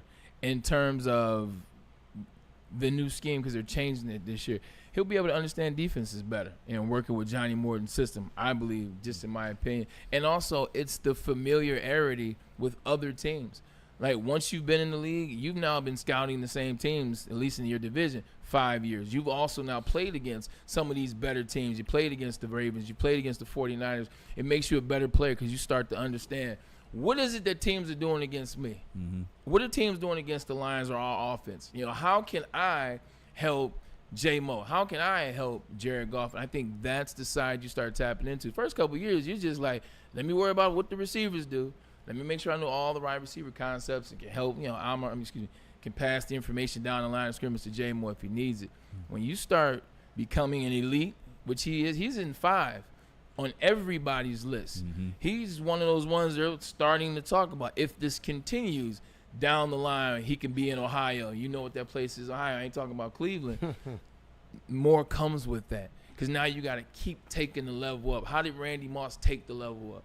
How did T.O. take the level up? How did Calvin Johnson take the level up? Like, if you're going to be one of these guys that we're consistently putting in the top 5, which next year could be whatever, then you got to take the level up, and I think that's what he'll do. Kool-Aid, you were going to say something. What's yeah, up? you know, I wanted to be able to back up some of the things that Braylon was saying, especially with Jack Campbell, too. You look at the year he had, the improvements he made, and it was with a defense that, as the year went on, got more thin and more thin and more thin in front of him, which means it put a whole lot more pressure on that linebacking group, including when Mr. Anzalone went down for a little bit. I do believe that as this defense gets healthier, you're going to see that much more for a guy like Jack Campbell. I think he's going to make his own leap already as it relates to some of the things like the speed, the strength, and his own aspect of film study. But in terms of putting Aiden Hutchinson back out there on that field, getting this team healthy, I think that that's going to help Jack Campbell just that much more. And with the offense, you talk about getting better, whether the stats show it or not. I like the year that Sam Laporta had last year, even though the stats weren't necessarily the same. Well, that's why I was referring to the stats. Jack Campbell, as long as those big horses in the middle, that's where you're really, those guys are taking on those blocks that allow Campbell and Anzalone and any of the linebackers to make those tackles. Good players are always going to make better players, or everybody better, right? Yeah. Alex Anzalone being back this year, I think helps Jack Campbell. It's one thing to watch film with a guy that knows the game, and Alex is the guy. He's the guy putting everybody where they're supposed to be. He's the guy that Jack, essentially learned under the first couple of years. But when they're not on the field, it's a little tougher to learn and watching film or them pointing it out. Hey, look, when you're getting the guy coming up on you, it's okay. We're visual learners. Like, humans are naturally visual learners. So when you're playing side by side and you got 34 moving to the left, you moving to the right, strong side, right side, shout out to Ricky for that earlier, it just brings the best out of you. It makes you that much better. Greenlaw and Fred Warner, like, Greenlaw doesn't become much better. Oh, God, he's so good. But he's playing side by side. That's how you Fred get Warner, who's awesome, too. Yeah, I mean, and now Yeah. Greenlaw left San Francisco, as we know. I remember I did it 3 straight years. Not saying that they are that. I know. But I did 3 straight years in NFL Europe. So I went over to Europe, and I worked with Muhsin Muhammad one year. Oh, nice. And one year I worked with Darren Woodson.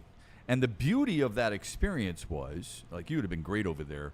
You go there, they give you all access to all the teams, and you watch film. And I love watching film with film hogs. People who know what the hell they're looking for, rewind it back and forth, slow-mo, all that stuff. Learned a ton from Darren Woodson on that.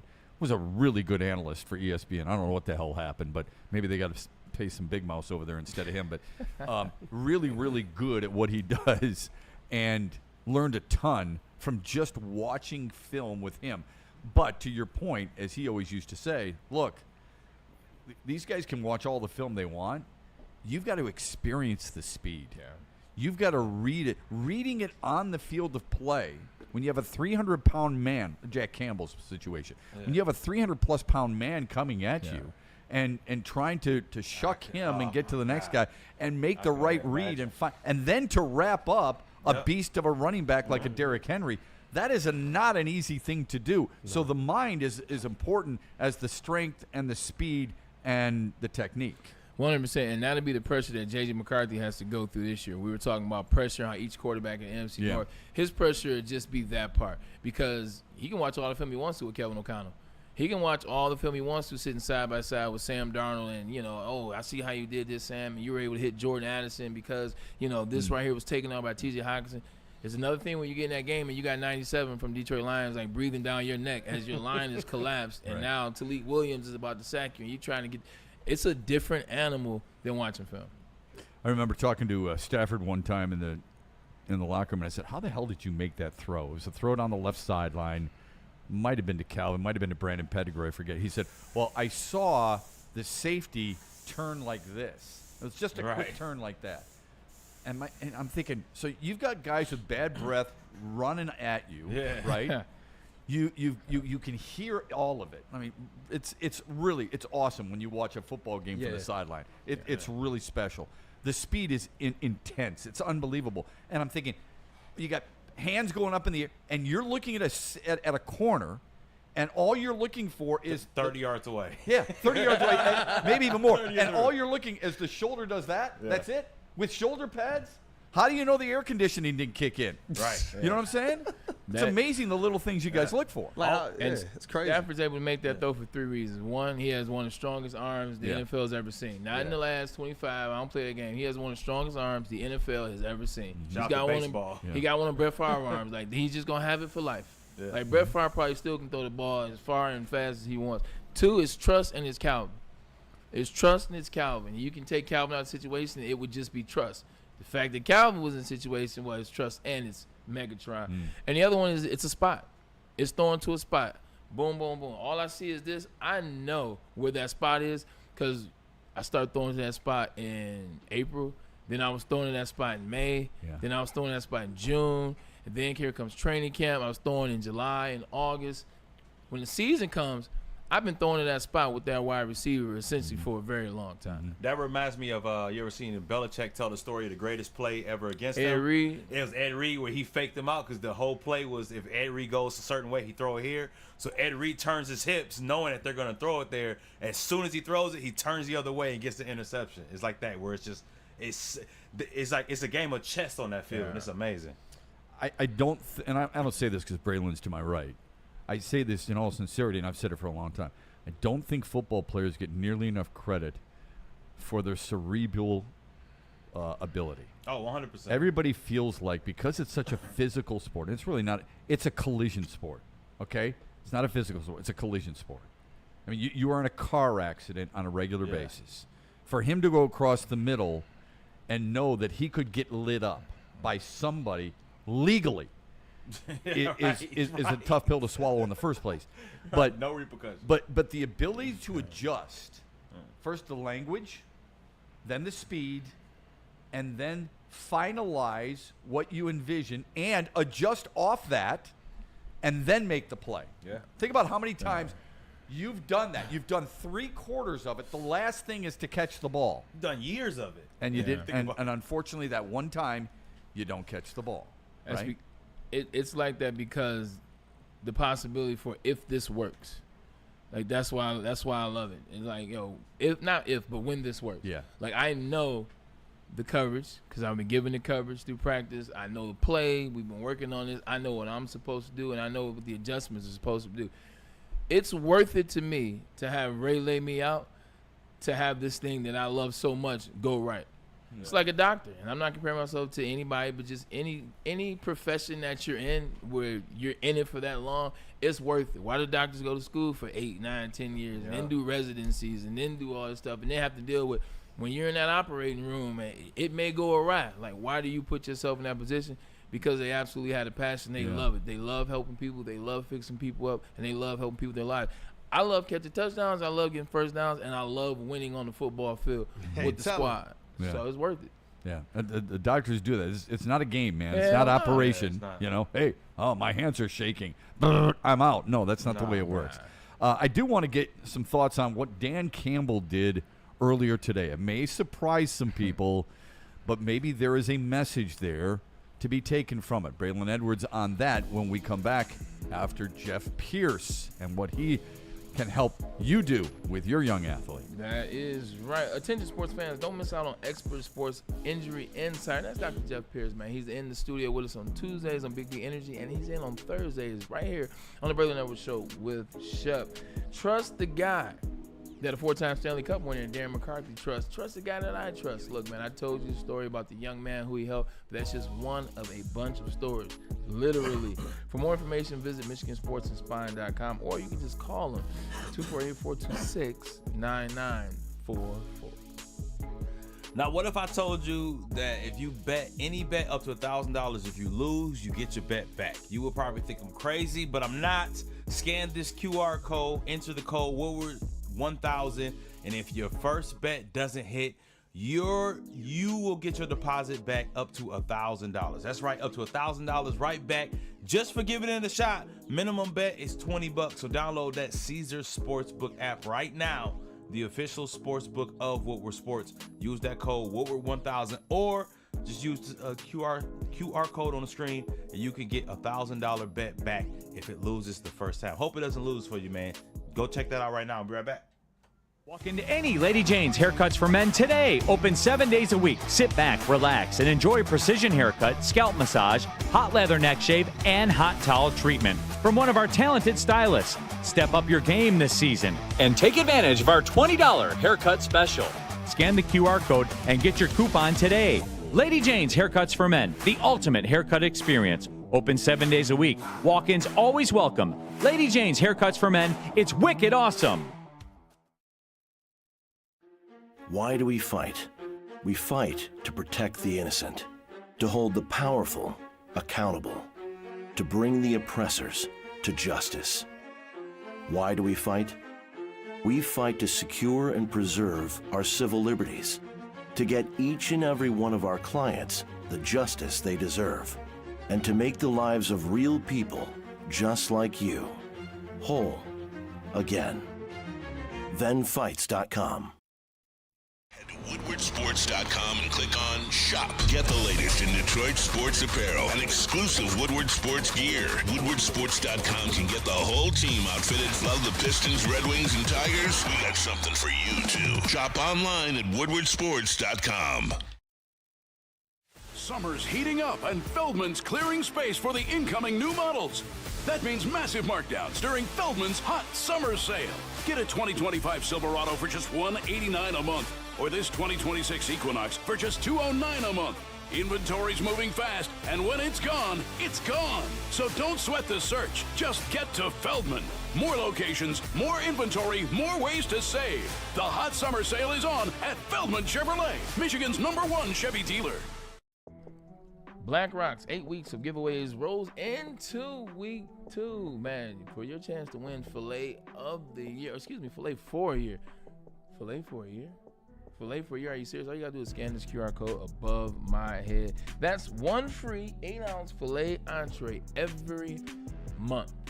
12 last time I checked. Every entry also gets you a shot to grab the 4 tickets to the home football opener on September 14th, the Big Ten, that is. Entry closes July 27th, so you don't have a ton of time, but you scan this QR code, you get access to Black Rock's chance to get 4 tickets as well as steak for a year, and that's steak filet. Black Rock, place you want to be. Hey, we back. You weren't here obviously yesterday. We had some conversation about shows that you watch. Yeah. And I don't watch a lot of shows. Same. I watch a lot of sports, but I don't watch a lot of shows. My sons did show me this one show about a guy who takes on all these food challenges. Man versus food? Yeah, Beard eats food. Oh. Beard meets food or whatever it's called. Anyway, he's a funny guy, real good guy. My son showed me one the other day, 75-ounce steak. He ate a 75-ounce steak I'll pass. with double sides. 1, 2, 3. Which sides? Four sides, double the sides. So in other words, if you got mac and cheese as a side, double it. No, Mushrooms, good, double it. I enjoy right? my life. It's chili cheese fries, double it. What? He ate it all. Nope. But my point was, you were talking It's about like the the great steaks. outdoors, man. Yeah. Oh my God. The great 98. Yeah, the grizzle. Is it the 98 or 96? I thought it was the 96. Okay, I man. could be wrong. The old 97. Yeah. Yeah. John Candy. There you go. Anyway, and this guy's not a big guy. Okay. He's not even close to your size, but he puts it away. He ordered the steak well done. Get me out of Wait, here. turn it off. Whoa. Turn it off. He's a Whoa. rookie. Well done. Turn it He off. ordered it well done. He said it was easier to eat and digest. Get that out of way. here. That's not how he usually gets it, but he ordered this steak well done. I just have a 75 water. ounces of well done steak. I'll just have a water. Like how many? What? That's all you have? I have How water. many? How many bottles of steak sauce did he have to go through, bro? He did put barbecue sauce on. Oh, my God. What? Get this man. Yo, that work might- this man. Get him out of here. Hold on. So I disagree with that too. But that may if you're talking Come about on, eating dog. to eat and relax, then yes. But if you're talking about for this contest, maybe blasphemous. well done. It made it easy. It's a little Hey. thinner That's what he because said. you cook it out like it's pause. There's a lot of fat. Like when you're Right, that's what he's yeah saying. when you do a well or a medium. Excuse me, not well, but medium or medium rare. Yeah. It's a lot of fat. It's very chewy, if you will, to a certain extent. You don't have time for chewing in this type of situation. You got to get it in. It actually makes sense. I got to tell you guys blasphemous. a real quick story. It's blasphemous. Well, you're looking at it in terms of enjoying It the is. steak. It is. That's the only reason you would eat it. Yeah. This is blasphemous, too. I'm going to tell you a quick story, then we're going to dive back into football and what Dan Campbell did today. I don't think I knew what a really good steak was until I was in my 20s. Mm-hmm. Because when I was a kid, my dad had everything, and I mean everything, well done. He ordered it all well done. When we were at home and we had steaks, everything was well done. When we had burgers, you might as well tee it up for Darren McCarty to shoot a slap shot. It's the same damn thing, okay? Meatloaf, everything was well done. I guess it's because he was in the war and, you know, he hated things that were kind of soupy and lame like that. But it was unbelievable that when I first got the steak, and I order it usually medium, you know, closer to rare, medium rare than medium, and you realize the taste that comes out in it. You're just like, I don't know how anybody in their right mind can order any of that. Just well done. Even the texture, everything. Then you just enjoy it. Your mouth is watering right now, isn't it? Oh, 100%. I was thinking of Smith and Willinski's. Yeah, I would love to know why they haven't brought us steaks yet. I'd love to know the answer to that. If we're gonna play this game, we gotta be honest. Like in our culture, growing up, like well done is the thing. Yeah. Like well done In the black culture in or the your black culture? culture? Okay. Black culture. Like well done is the thing. Why? Because like it rare. Like most things in black culture, we really don't know. We can act like we know. Because but- because are you know like down Ricky, because our great grandparents like yo look, it's supposed to be cooked through. Yeah, that's supposed to it. be cooked through, and it comes from And way that's back, right, way back, and way that's right back. with like chicken, but one day when you finally do have a good steak, I'm like, why was I? Yeah, why was I doing that? I'm not But like gonna you lie. don't want to go against like I didn't legitimately I didn't order a medium steak till I was maybe 30. Boy, really? Well, just know I switched up to medium well like when I was playing like when I first got drafted. Gotcha. But I didn't go to Okay, medium okay. until like maybe like 35. Did somebody tell you to, or did you just do it because of the taste buds? Because I just started paying attention and started understanding that it wasn't BS I was being fed. It was truth. There's more flavor into it. And you don't want to overcook the situation. So it would be okay. I wouldn't get food poisoning. I wouldn't get sick. I wouldn't die. So these are things that you wrestle with. That's- But you that's- finally, because when you make that first cut and you look you're like, all right, they said it was okay to do. It's So it takes a nerve-wracking. while in the coach. It took me a while to get Yeah, it. it's Hey, just nerve-wracking. to back Most of that my up, family is still well done steaks. Oh, 100%. Yeah. Oh, my dad still won't eat sushi. My dad to this 100%. day won't touch sushi. Yeah, just to back that up, that's the With same except way here, my man. sister's not. I know she's watching. She's gonna be pissed. Like no, Jade, she's medium rare, much like Cam. But a lot of most of the family still well. But sushi. What does sushi have to do with steak, Ricky? Things our family didn't grow People up. see it as raw meat. I They got see it as the same. I got you. Okay. I don't know why. Yeah, I was just gonna back that up. Like even in my house, a lot of what Braylon is saying, that's how I was told to. You got to get that thing cooked thoroughly. I thought steak for my whole life, for the large portion of my life and all my childhood, was supposed to be tire rubber. Then my dad said when he got further into corporate America, Yeah. a friend ordered him a steak. And he said, bro, you got to have it this way. And he was like, my dad was like, look, I'm not doing medium. He was like, just try medium well. My dad didn't go back.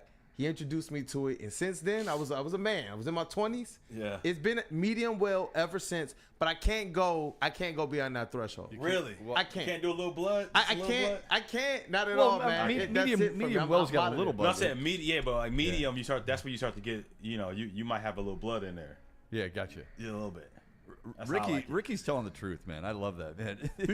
we don't know the things we don't know. So many traditions. People are like, you don't know where it came from. Somebody but how do you buck traditions? No, I'm serious. How do you buck them? It's hard. It takes a lot of time. Difficult. Sometimes you gotta be shown the light. Yeah, there you go. I was about to say, you gotta be shown the light. It takes somebody that you either look up to, super love, or trust to that you like, all right, this is the person I'll listen to. This is the person I'll understand. Or somebody that you see is like in that world.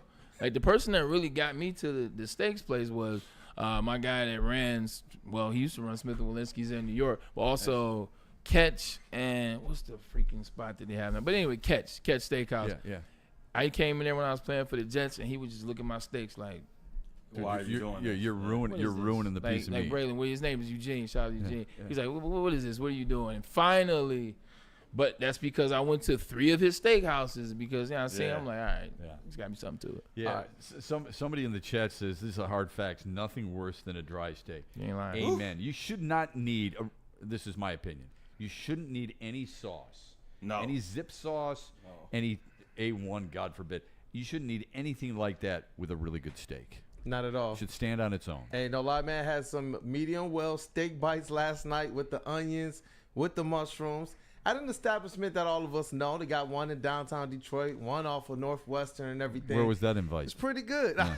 You know what? We're gonna make sure we get some stuff in the show, but we do gotta. Look at Ricky's just looking at you like in complete disgust. I'll figure out the restaurant. I know the restaurant. Yeah, you know what I'm talking about. Over there by the Guitar Center and all that. Y'all know. Yeah. But Burn with the $5 super chat. You guys got the chat moving with this one. He says, Bray, I worked in a steakhouse. There is well done and black community well done. It's true and they are different. That's facts. That is BC so good. That is Ricky loves that, man. Ricky loves that stuff. That's definitely BC facts. well done. That's funny. That is chat is and you know what? Shout out as well to Michael Wary. He was campaigning for 100 likes before the first hour. He said, "Thank you, chat. We got 100+ likes already. The chat's on fire today. It's a great show from you guys at the desk. Shout out to Bray. Shout out to Shep. Michael Ware, I appreciate that, man. Much love to you. He's been here for a very long time. Support, man. Continue that, and we will continue to try to get better for you and the rest of the individuals in the chat.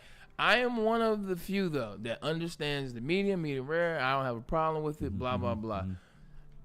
Let people eat what they want to eat on their steaks. Like, if you choose to want to do sauce with an amazing steak, that's your preference. That's your preference. I'm not saying that it's wrong. I'm just saying a really good steak should stand on its own. If you want to add it, that's great. But it should be really good without you needing it. This is the same as iron covers. I feel like this is the same iron cover debate. Yeah. It's the same debate. Iron cover. Iron covers when you cover your iron on your clubs. Yeah, I feel like it's the same debate. Oh my God. There's an argument for it, but at the same time, Amon-Ra does that on the PGA Tour. I think it's people hate it. Oh, I can't stand it. I can't stand people. This is me. I can't stand people that take their driver cover off like every single time. I don't put my driver cover back on until the round's over. That's me. I'm sorry. When the round's over, I put the club back. I'm not doing that. I can't do it. I gotta take it off, put it on. Take it off, put it on. I'm not doing that. It's a ritual. Here, club head. I'll see you in 5 hours. Yeah, I do that because if they start banging, then maybe it can ruin the club a little bit. I have a beer. It's a beer head cover is on the my banging driver. going to ruin your game that much? Are you? It's not. Are you everything going ruins from, my Are you going game. from 72 to 80? Yeah, listen. I'm not claiming it helps my game. I'm saying it helps my club. I don't want to spend another $650 on a driver. Okay. That's the reason I cover it. You got it. the Q10 over there? I got the Sim 2. Okay, I like it. Yeah. Good By the way, contact. it has helped me. Has not helped me. Yeah, good contact that goes way right.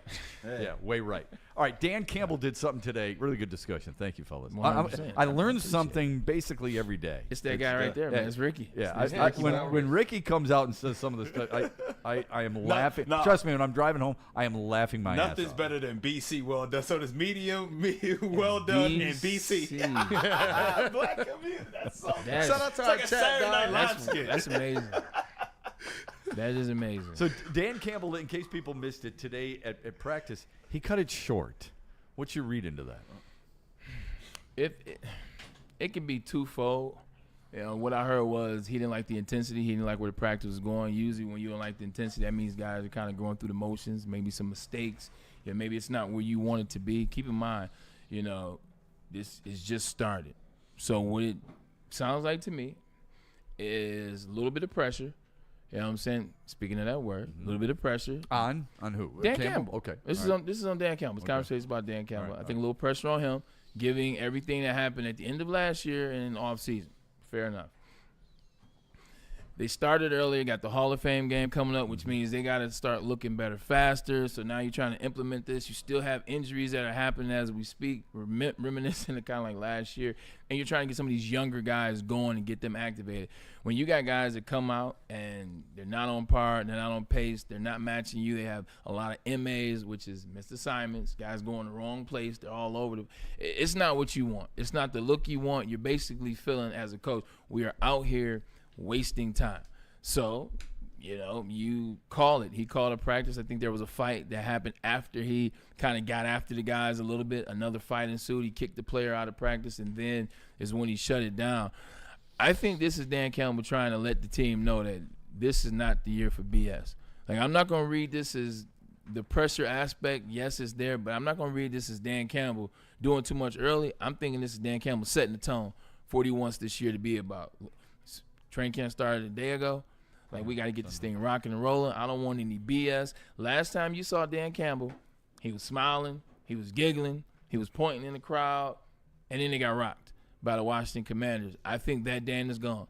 Like, the fun times and all that stuff, it'll come back a little bit, but it won't look as fun as last year. It won't look as fun as 2 years ago when you're going through it. It's not going to look as fun as the 22 season when you finish 8 out of the last 10 games you won. It's not going to be like that because this is business. You've already established who you are. You've already put yourself in the standing where people believe you're either 2 or 3, and give or take, in the NFC. It's no time for games, mistakes, fighting, and all that fun stuff, all that grit. No. We are here to get better, and we are here to be better as fast as we can because we don't have any time to play this year. I think he's setting that tone. You can only play that card so often, though. Stopping practice. It's kind of like the closed-door meetings in baseball or basketball, whatever. You can only play that card so often for a team. It's got to be effective, but it's got to happen every once in a while in order for it to really work. Fair. And what needs to happen, too, it needs to be a complete, get out of here. Not one of those get out of here's where, all right, we're ending practice and, you guys go in the locker room, get a quick lift in, get a bite to eat. I'll see you guys upstairs and blah, blah, blah. Nah, just get them out of there. Don't even talk to them. Like, this is what Rex Ryan did to us one time. I want to say 2010. We were coming off the AFC Championship lost the year before to the Peyton Manning and the Colts.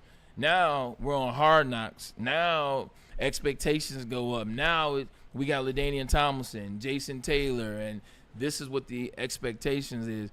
Rex did that like practice 4. Like, we were all over the place, didn't look like it. People were here, people were there, people were getting caught up. And he just stopped practice, read us, kicked us out of there, and didn't talk to us. No coaches came by and like, hey, look, we'll have a little meeting. Nah, you're completely up because that lets the players know, oh, he's mad. And then what happens is, inadvertently, players police themselves. Here comes Amon-Ra St. Brown. Here comes Taylor Decker. Here comes Alex Anzalone. Yo, fellas, not a team meeting. Yeah. We're going to go out and walk through. We're going to watch some film on our own. We're going to go do something on our own. Like, it creates that. And it keeps ownership of it. It keeps the ownership piece going for the Detroit Lions. So I'm cool with it right now. If I hear about another one of these and it's not in the season, then we have different conversation. Great insight. Yeah. When we come back, we'll do a little basketball discussion. We're going to shift gears a little bit. Speaking of shifting gears, Les Stanford's got a truck, an SUV. He's got plenty on his lot where you can downshift, Buick and GMC. Then they've got great offers for everybody. Get a 2025 Hummer EV SUT lease special, $599 a month plus tax. Don't forget about the 2025 Sierra Double Cab Elevation lease. It's a special right now. It's only $169 a month. Get to Les Stanford today. Check out their massive inventory. A ton of cars, a ton of trucks, a ton of SUVs, and a lot of different colors. It's got one with your name on it right now. Les Stanford Buick GMC. For all these specials, go to lesstanford.com. Yeah, make sure you stay connected to Woodward Sports on all social platforms. We're on Facebook, X, Instagram. Can't forget about YouTube, Twitch, and TikTok. Stay up to date with the latest sports news, live action, and you can't forget that behind-the-scenes action too, man. Don't miss out. Hit that follow button. Facebook, X, Instagram, Twitch, TikTok, and YouTube. We're Detroit's #1 digital sports network. So be connected with us at Woodward Sports on all platforms. That's at Woodward Sports everywhere. Walk into any Lady Jane's Haircuts for Men today. Open 7 days a week. Sit back, relax, and enjoy precision haircut, scalp massage, hot leather neck shave, and hot towel treatment from one of our talented stylists. Step up your game this season and take advantage of our $20 haircut special. Scan the QR code and get your coupon today. Lady Jane's Haircuts for Men, the ultimate haircut experience. Open 7 days a week. Walk-ins always welcome. Lady Jane's Haircuts for Men. It's wicked awesome. How do people feel about getting a Planet Fitness membership for $15 a month? How do they like working out in a clean and spacious gym that's filled with equipment for every workout? And how about free fitness training in the judgment-free zone that leaves them feeling energized all day long? Join Planet Fitness today with the free PF app, online or in club, and start getting that big fitness energy for $15 a month. WoodwardSports.com and click on Shop. Get the latest in Detroit sports apparel and exclusive Woodward Sports gear. WoodwardSports.com can get the whole team outfitted. Love the Pistons, Red Wings, and Tigers? We got something for you, too. Shop online at WoodwardSports.com. Why do we fight? We fight to protect the innocent, to hold the powerful accountable, to bring the oppressors to justice. Why do we fight? We fight to secure and preserve our civil liberties, to get each and every one of our clients the justice they deserve, and to make the lives of real people just like you whole again. ThenFights.com. Just like that. Just like that. The Braylon Edwards Show, Monday through Friday, 2 until 4. Good to have him back in the studio. A lot of people happy to see us together. That's one thing about the outing. You asked me about the outing. I think that probably was the best part. And I don't say that, like you said, because you're sitting there. A lot of people say, hey, I heard you partner up with Shep. Yo, we love Shep. Or Shep's a pro, man. It's going to be a good show with you guys. A lot of feedback from that's great. People, 100%. The city missed Shep, man. My dad was the same way. Or there's a lot of people going, Shep's a jackass, man. Why the hell would you But have we it? like this Detroit. We like jackasses. Ricky, did you see him slide that in? That too, but we like jackass. Because you know why? You're self-aware. Those people gonna watch. Those people gonna watch the show too. Yeah, right. 90% of the people. Detroit, baby. What was that stat that Howard Stern said that one time? He said, "Oh yeah, 75% of people that watch the show don't like me, and that's cool because they watch the show. Yeah, they listen for 2 hours. See, people who like me listen for an hour. The people who don't like me listen for 2 hours. That's what it was. Yeah, something like that. Speaking of not liking somebody, the WNBA I knew we were going really has pissed some people off. That's where you were going. Now they're about to get the Detroit team back, which is good for the city in 2029. Is it? I guess. Right? I You say so, Shep. Listen, I was part of that for a long time. It was. Oh, it's good for you. At times, well, financially, it was. There you go.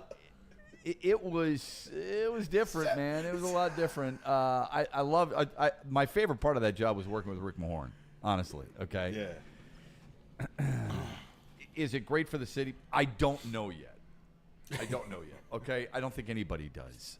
The support seems to be generating more and more people in the seats. To me, and the easy thing to do is take shots at the league, and it's not always fair. But they did have their All-Star game over the weekend.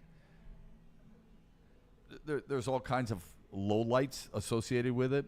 them making a statement on T-shirts, that's fine. Pay us what you owe us. I'm not sure what the league owes them, but most leagues are cheap with their players. Okay, most. I'm not saying all. When you're losing a lot of money, and I know they only want a percentage, okay, they don't want to be paid the same as the NBA guys. They want the percentage. When you're losing a lot of money and you rely on another league to keep you afloat, and part of those TV deals are associated with that other league, you've got to be real careful on how you go about your collective bargaining agreement or debate or what you're asking for. Coming out and demanding a higher stipend from mom and dad as a teenager when you've broken curfew all weekend long doesn't work. And broke the toilet. You broke the toilet. I like that. Yeah, you're absolutely right. As it relates to the, Just say it. Say it. No, I will. No. I'm going to say it, but I'm packaging it up the right way. The WNBA right now as a whole seems to be in their late 90s, early 2000s NBA mode. What I mean by that, now you're starting to see all the fights. Now you're starting to see all the angst and all the aggression on the court and disrespect between players and things like that. Now you're seeing the press conferences and the pressers and, the fashion and style and everything is more than what the game is. You got individuals wearing the do-rags and talking all type of stuff. And, it's very eerie similar to that 2000s brand in the NBA where you got AI at the microphone with the do-rag, and then eventually you got Latrell Sprewell a couple years before that, he's fighting, and you have all this craziness, and then the NBA says we got to make a mandate. Now, whether it was fair or not, that's not what I'm talking about. NBA, they started changing structure. They started getting rid of players. They started saying, look, this is what it's going to be. They start putting rules in place. I think that's where the WNBA is going to get to soon. Is rules, regulations, structure in place, because I think the individualism and everything. First of all, you're in the red. As it relates to this, pay us what you owe us. Look, y'all in the they red. owe them. It sucks, but you're not bringing in the revenue that you think you are. And I know you want a percentage, but once again, you're in the red. Caitlin is. Having worked for a company that was in the red, you don't get paid. Yeah. You don't. You do not get paid when you're in the red. And it is a fair order of business. Y'all been in the red for a very long time, so there could maybe be a way to finagle some of this contract, but to pay us what you owe us in this space, and the brand has actually gotten worse. I was just gonna say that. It's gotten worse. Yeah. The brand's gotten worse. I feel like they got all the notoriety, and then it just went to poop. But they seem to have. There's a nasty look. We're all guys here. Guys handle things differently. Yes. All right. If Braylon or Kool-Aid or Ricky has a problem with me, they just say, Shep, I didn't like that. Stop being a jackass. And we're done with it. Right. We move on. That is not. And I have 3 older sisters. I'm married. I have a daughter. That is not how women handle things. Nope. And the cattiness and the snide remarks, some of them by Kelsey Plum over the weekend, I know we'll shift gears to the NBA because I think more people in the chat care about that, is stupid. Yeah. It's just, and it's not good business. And what I don't understand, and it really started last year, look, Michael Jordan's the greatest player I've ever seen. I don't like him. But if I played in the league, it's a big stretch, I would absolutely understand he's the golden goose. Right. The PGA, do you think they ever got tired of hearing about Tiger Woods and how great he is? No. I mean, at some point it was like, oh my God, everybody's asking me. He's the golden goose. Yeah. He's the reason your money is going up. Yep. He's the reason that Ricky Fowler, who has way fewer tournament wins than Arnold Palmer, can retire at the age of 32. Yeah. Okay? Because he's not a better golfer than some of the guys, even Fred Couples, but he can do that because Tiger Woods paved a way. Yeah. I hate to tell people associated with the WNBA, but the girl in the upper left-hand corner is the reason that your league is making money. Look at the numbers for the All-Star game this year, way down from the year before. $3.66 million 2 years ago because of her. There's a reason Nike is paying money. 8 years, $28 million for her. Adidas, 4 years, $6 million. Those were the bidding wars for her. Under Armour, 4 years, $16 million. Puma, they dropped out after hearing $3 million a year. But Nike got her. People are jealous. I get it. I'm jealous of some people too. That doesn't mean you kill the golden goose. It doesn't mean you take shots at her. It means you support it and rise up. It's stupid. They're not smart business people. Am I wrong? Women supporting. No, 100%. The cattiness is going up on the sports level just all around because men are catty now too. Once they introduce, first of all, once they hear me out. Once they introduce social media, it made everybody catty because all these guys in the league go. Even in the NFL, it's supposed to be the man's Warriors game. They be going at each other on social media, just like so. I get the cattiness; it's gone up.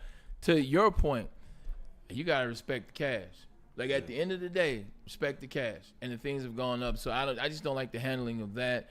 She's rocking that T-shirt though. Meanwhile, she's getting broke off. So. Yeah. And at the end of the day, man, you talk about the cattiness in the NBA. It's about the product. Yeah. When we watch the NBA, we can say how boring it was. We're like, oh, it's too many threes. They still were shooting threes from ranges that none of us could even conceive, besides Braylon. Yeah. But none of us can even conceive. And then down to two-hand dunks. You can't demand that much money. You can't two-hand dunk. I'm sorry. You got to be able to do stuff an average person can't do. And that's the thing. It's just so ridiculous. Did you see the video of them getting? I'm not even gonna this is what always hits, and this is what always works, and this is a take from women. So this ain't me. It ain't chauvinist or anything you want to call it. Look at those arenas.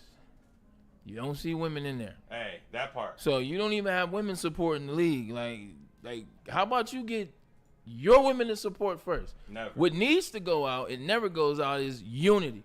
Why don't we have this? Right. Why don't women, like, you know what that shirt says? Say, come on, women, come on, sisters, whatever this is, like, stand up for us. Like, come support, come out. It needs to be an outcry to women to support. So once you get women, once LCA can, I mean, that's a big arena. Maybe I go somewhere small. Well, once LCA can pack in 15,000 women, then you can start saying, give us the money you owe it. And then you'll get the men to come with that because men always chasing women. Realistically, they gotta have Love Island parties at the games. But I'm telling you, like that needs to be the unity message more than pay us what you owe us. Because if you make an outcry to fellow women out there to support us, like they do in other things in life, whatever the topic was, sexuality or other things to support, they step up, they show out. Breast cancer awareness, women step up, they show out. This is another cause for women. So the slut walk. Amber Rose, they stepped out, they showed up. Show up for women. That needs to be the cry that women do. And once you get that cry, once you get that movement, which ain't gonna be too hard, once you get that moment, now you can wear these shirts. Now you can leverage that partnership, and now you can get more dollars. That's the way I would go about it. It'll never happen. How many? You don't think it'll ever happen? Nah, you don't think they're capable. And I've made 2 girls. They will never band together. Better be careful now. They will never. I will put my wifey life don't up. listen to the show. She would agree. She's not going. She's like, why would I go to a WNBA game? I'm not gonna get in trouble. Stacey King played for the Bulls for a long time. And now he does a lot of television. He said this the other day. He says, as you're fighting for better salaries and you're portraying a united front at your biggest event, you still find a way to throw shade at one player, Caitlin Clark. Why? Look at the reaction from some players after one specific player, Kelsey Plum, just for no reason. Absolutely no reason. The shade there. Like they go out of their way to do it. Yeah. And that's the thing that I can't understand. Like even in the All-Star game, or remember they put full court pressure on her. Everybody else they're laying. Like if she went to the league and said, "I'll tell you what, I'm just going to play the 3-on-3 league. Forget the WNBA." Yeah. Because she's still gonna make her endorsements. Yeah, 100%. But forget the WNBA. That's a good point. I would love to see what the reaction would then be. Would it be Rory McIlroy-esque when people left for Liv and then years later go, I can understand why.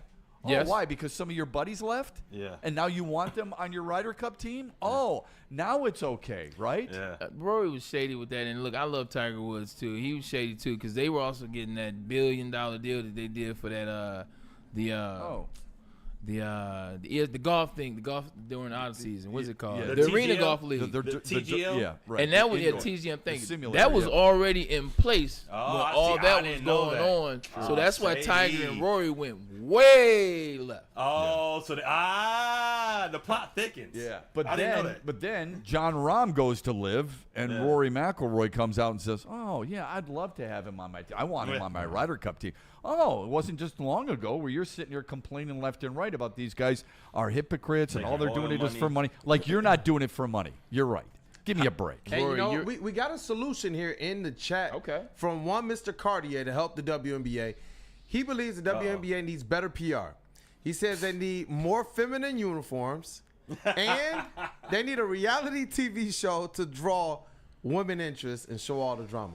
Okay. Oh my God, all of that. Oftentimes the product tells you how good it is. And when you have all-stars missing shots at the rim, okay, that you're supposed to make in warm-ups, and people are letting you do it, that's an indictment on your product, first and foremost. I'm not sure about the uniforms. What is it you would like them to wear? Hey, Cartier, put that in the chat. I got an idea. That's what after the show. We're talking about that after the show. I'm not going to tap into that either. But I'm just saying, some of them you could understand why guys would want a certain look. Yeah. But there is as many you don't want them wearing like that. 80%. You know, a buddy of mine once said, "Hey, listen, stretch pants are some of the greatest inventions ever made. That's fair. But depending on who's wearing them, it might be the worst." Remember when the yoga pant craze? That was wild. Yeah, Wild time, bro. Yoga pants still going on, but that started when I was. I don't want to say it started, but I started noticing that when I was at Michigan. I started the the dress code. It was just hoodies and like tights, hoodies and yoga pants. Yeah. I was like, man, I love college. He's like, I'm not touching those feminine uniforms of the WNBA. We don't have to do that. And then the reality show. What would that solve? They already have it. Reality show. I was just gonna this say, is a reality show. This is a reality show, isn't it? Reality show would destroy it, because right now, like it's a sport. Like, it is sport, and yeah, they do this caddy stuff and they do this, but it's still a sport with great athletes, and you can see it as a sport. You start doing reality show, like these are women. They live different lives. Like, women have a lot of things. You start watching that aspect of it, and then if they're together, it's fight, it's real world, it's other stuff. Like, now you're looking at it as a reality show. This ain't even basketball. I'm not supporting this product. Like, reality show for it would be dangerous. There's some people who think it's about the storylines, though. For me, I'm a hooper, man. I just want to see good product, and I do believe you put the good product out there. You want the two-handed dunks? Hey, you know what? Some people say things like lower the rim and all that. I don't agree with all of that type of stuff out there. But I'm seeing some stuff in the chat from BigCon51, and he believes that what he's intimating is that things could get worse for the WNBA, because he believes that the NIL deals are going to keep getting bigger and bigger, and they're going to continue to be able to entice some of these players to stay a little bit longer in college. And then you got some of these other leagues at the same time. But they don't have those leagues don't have the TV deals, and that's what drives a lot of this. Number one. Number two, the NIL for women's basketball is minimal. Okay, in college, in college, unless it is a Caitlin Clark-like player. Juju Watkins is an unbelievable player. Or $2 million. She makes $2 million. Yeah. She's a rare bird, though. Okay, I don't know many schools. I don't know the answer to this. Okay, I haven't done research on it. Yeah. I don't know many schools that are like, okay, we got to set aside a lot of money here for our women's basketball program. Probably UConn. UConn and Dawn Staley, South Carolina. UConn, South Carolina, and USC because of Juju. Exactly. Yeah. But that's very rare. Like I say, I mean, when you're looking at how many basketball programs there are, how many businesses? I want you to think about this. They've been in the WNBA has been in business for a long time. Okay. 97, right? 97, okay. So you're looking at well over 20 years. Yeah. Okay. And they have never turned a profit. Now the numbers are up. Okay. The viewership is up. Yeah. I mean, it's a small. It started from a really poor spot. It was only like 18. Okay. Or like 4 or 7 teams. Yeah. Right. But what's that? It started. It started. It was only a couple teams. Like a handful of teams. Yeah. And sometimes I believe leagues have a tendency to expand too quickly. The NHL did that, not to expand too quickly, but they have too many teams. The West Coast stuff. Yeah, I mean, it's big now. I mean, there's a lot of kids coming out of coming to hockey from the West Coast. But the point is, with the WNBA, how many they've been around for over 20 years. They've never been profitable, even though their numbers are up. They're now they're flying private instead of commercial, and I flew those commercial with a lot of the Shock teams. How many companies for that extended period of time would lose that much money? Yeah. I mean, they're losing $40 million. $40 million. Yeah. Okay. How many companies stay in business like that? None, and that's because they're partnered up. Yeah. So it's the partner situation. Yeah. So none. So if the NBA went, we're done, you guys are on your own, good luck to you. How do you think they would survive, if at all? Who's the eccentric individual that wants ownership of this product? That's what you would be looking for. And if the answer is Jeff Bezos isn't picking up his phone, my guy from Oracle, who's U of M. Oh, no. If he's not picking up his phone. Need? They need the guy from Savannah Bananas. Who's the guy who bought the Savannah The Bananas? baseball That's team. who they need. Yeah. Yeah, but how long? They need that guy. But that's the Harlem Globetrotters. How long of are your baseball. pockets? This is trying to be a legitimate league. Could you say that wouldn't be better than what they have now? I think that eventually gets a little bit old for people. It's a gimmick. Sports can't be a gimmick. Not legitimate sports.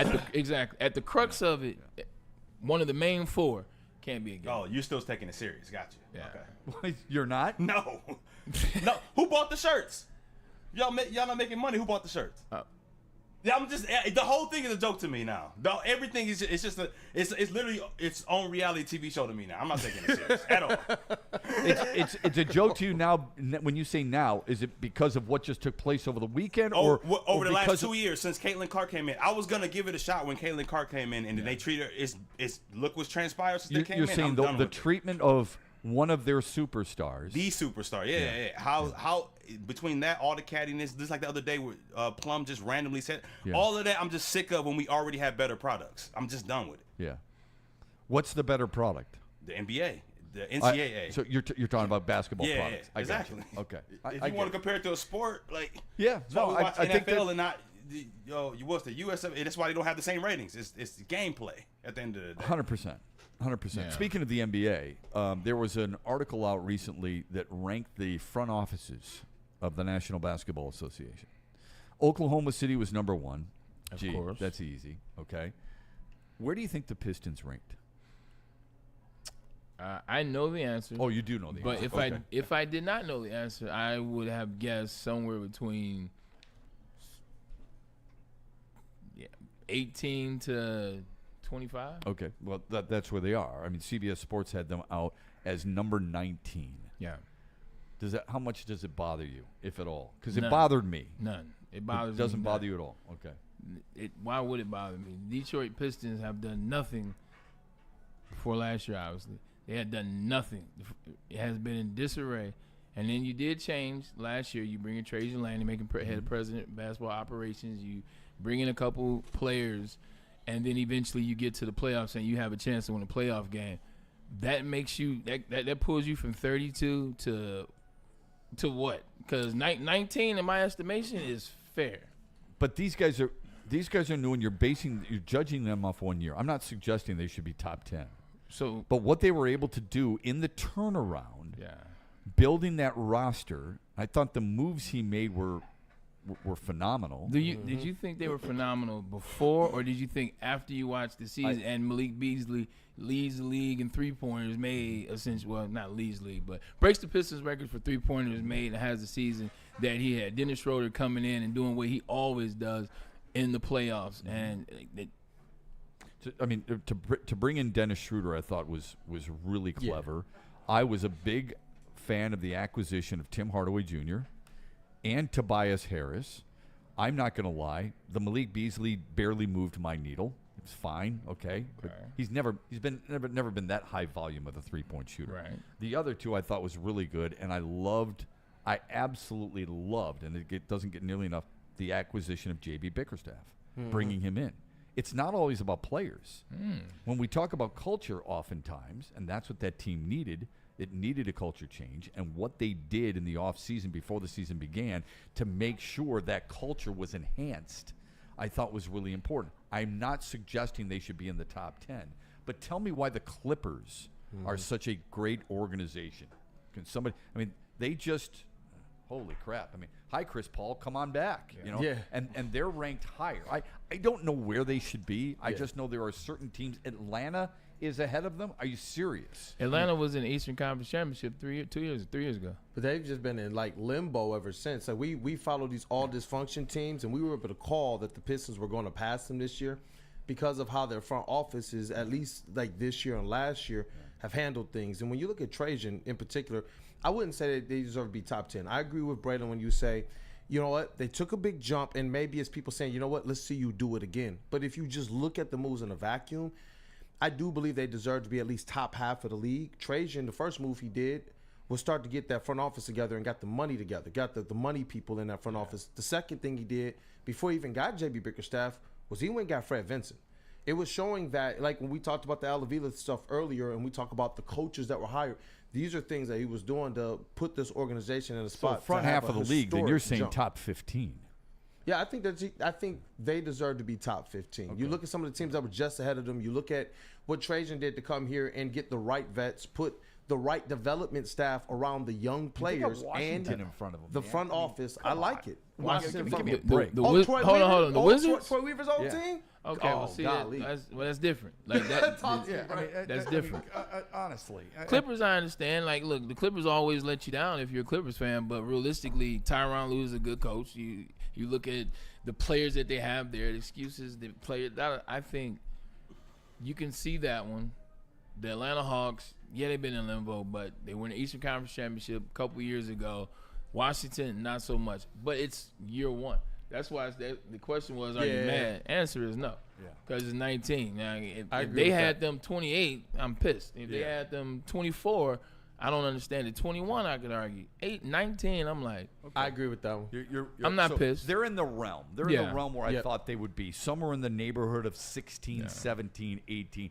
When I see a couple of teams that they're ranked behind. Wizards is diabolical. That's diabolical. We fired their GM. Yeah, somebody's getting paid under the table for that ranking right there. There's no doubt about it. All right, great stuff as always, fellas. Always appreciate it. Love having Braylon back. Hope you can be back with us tomorrow here on the Braylon Edwards Show, 2 to 4. Follow us on our social media channels and be with us tomorrow here on Woodward Sports. Have a great rest of your Tuesday, everybody. That like button. Let's rock.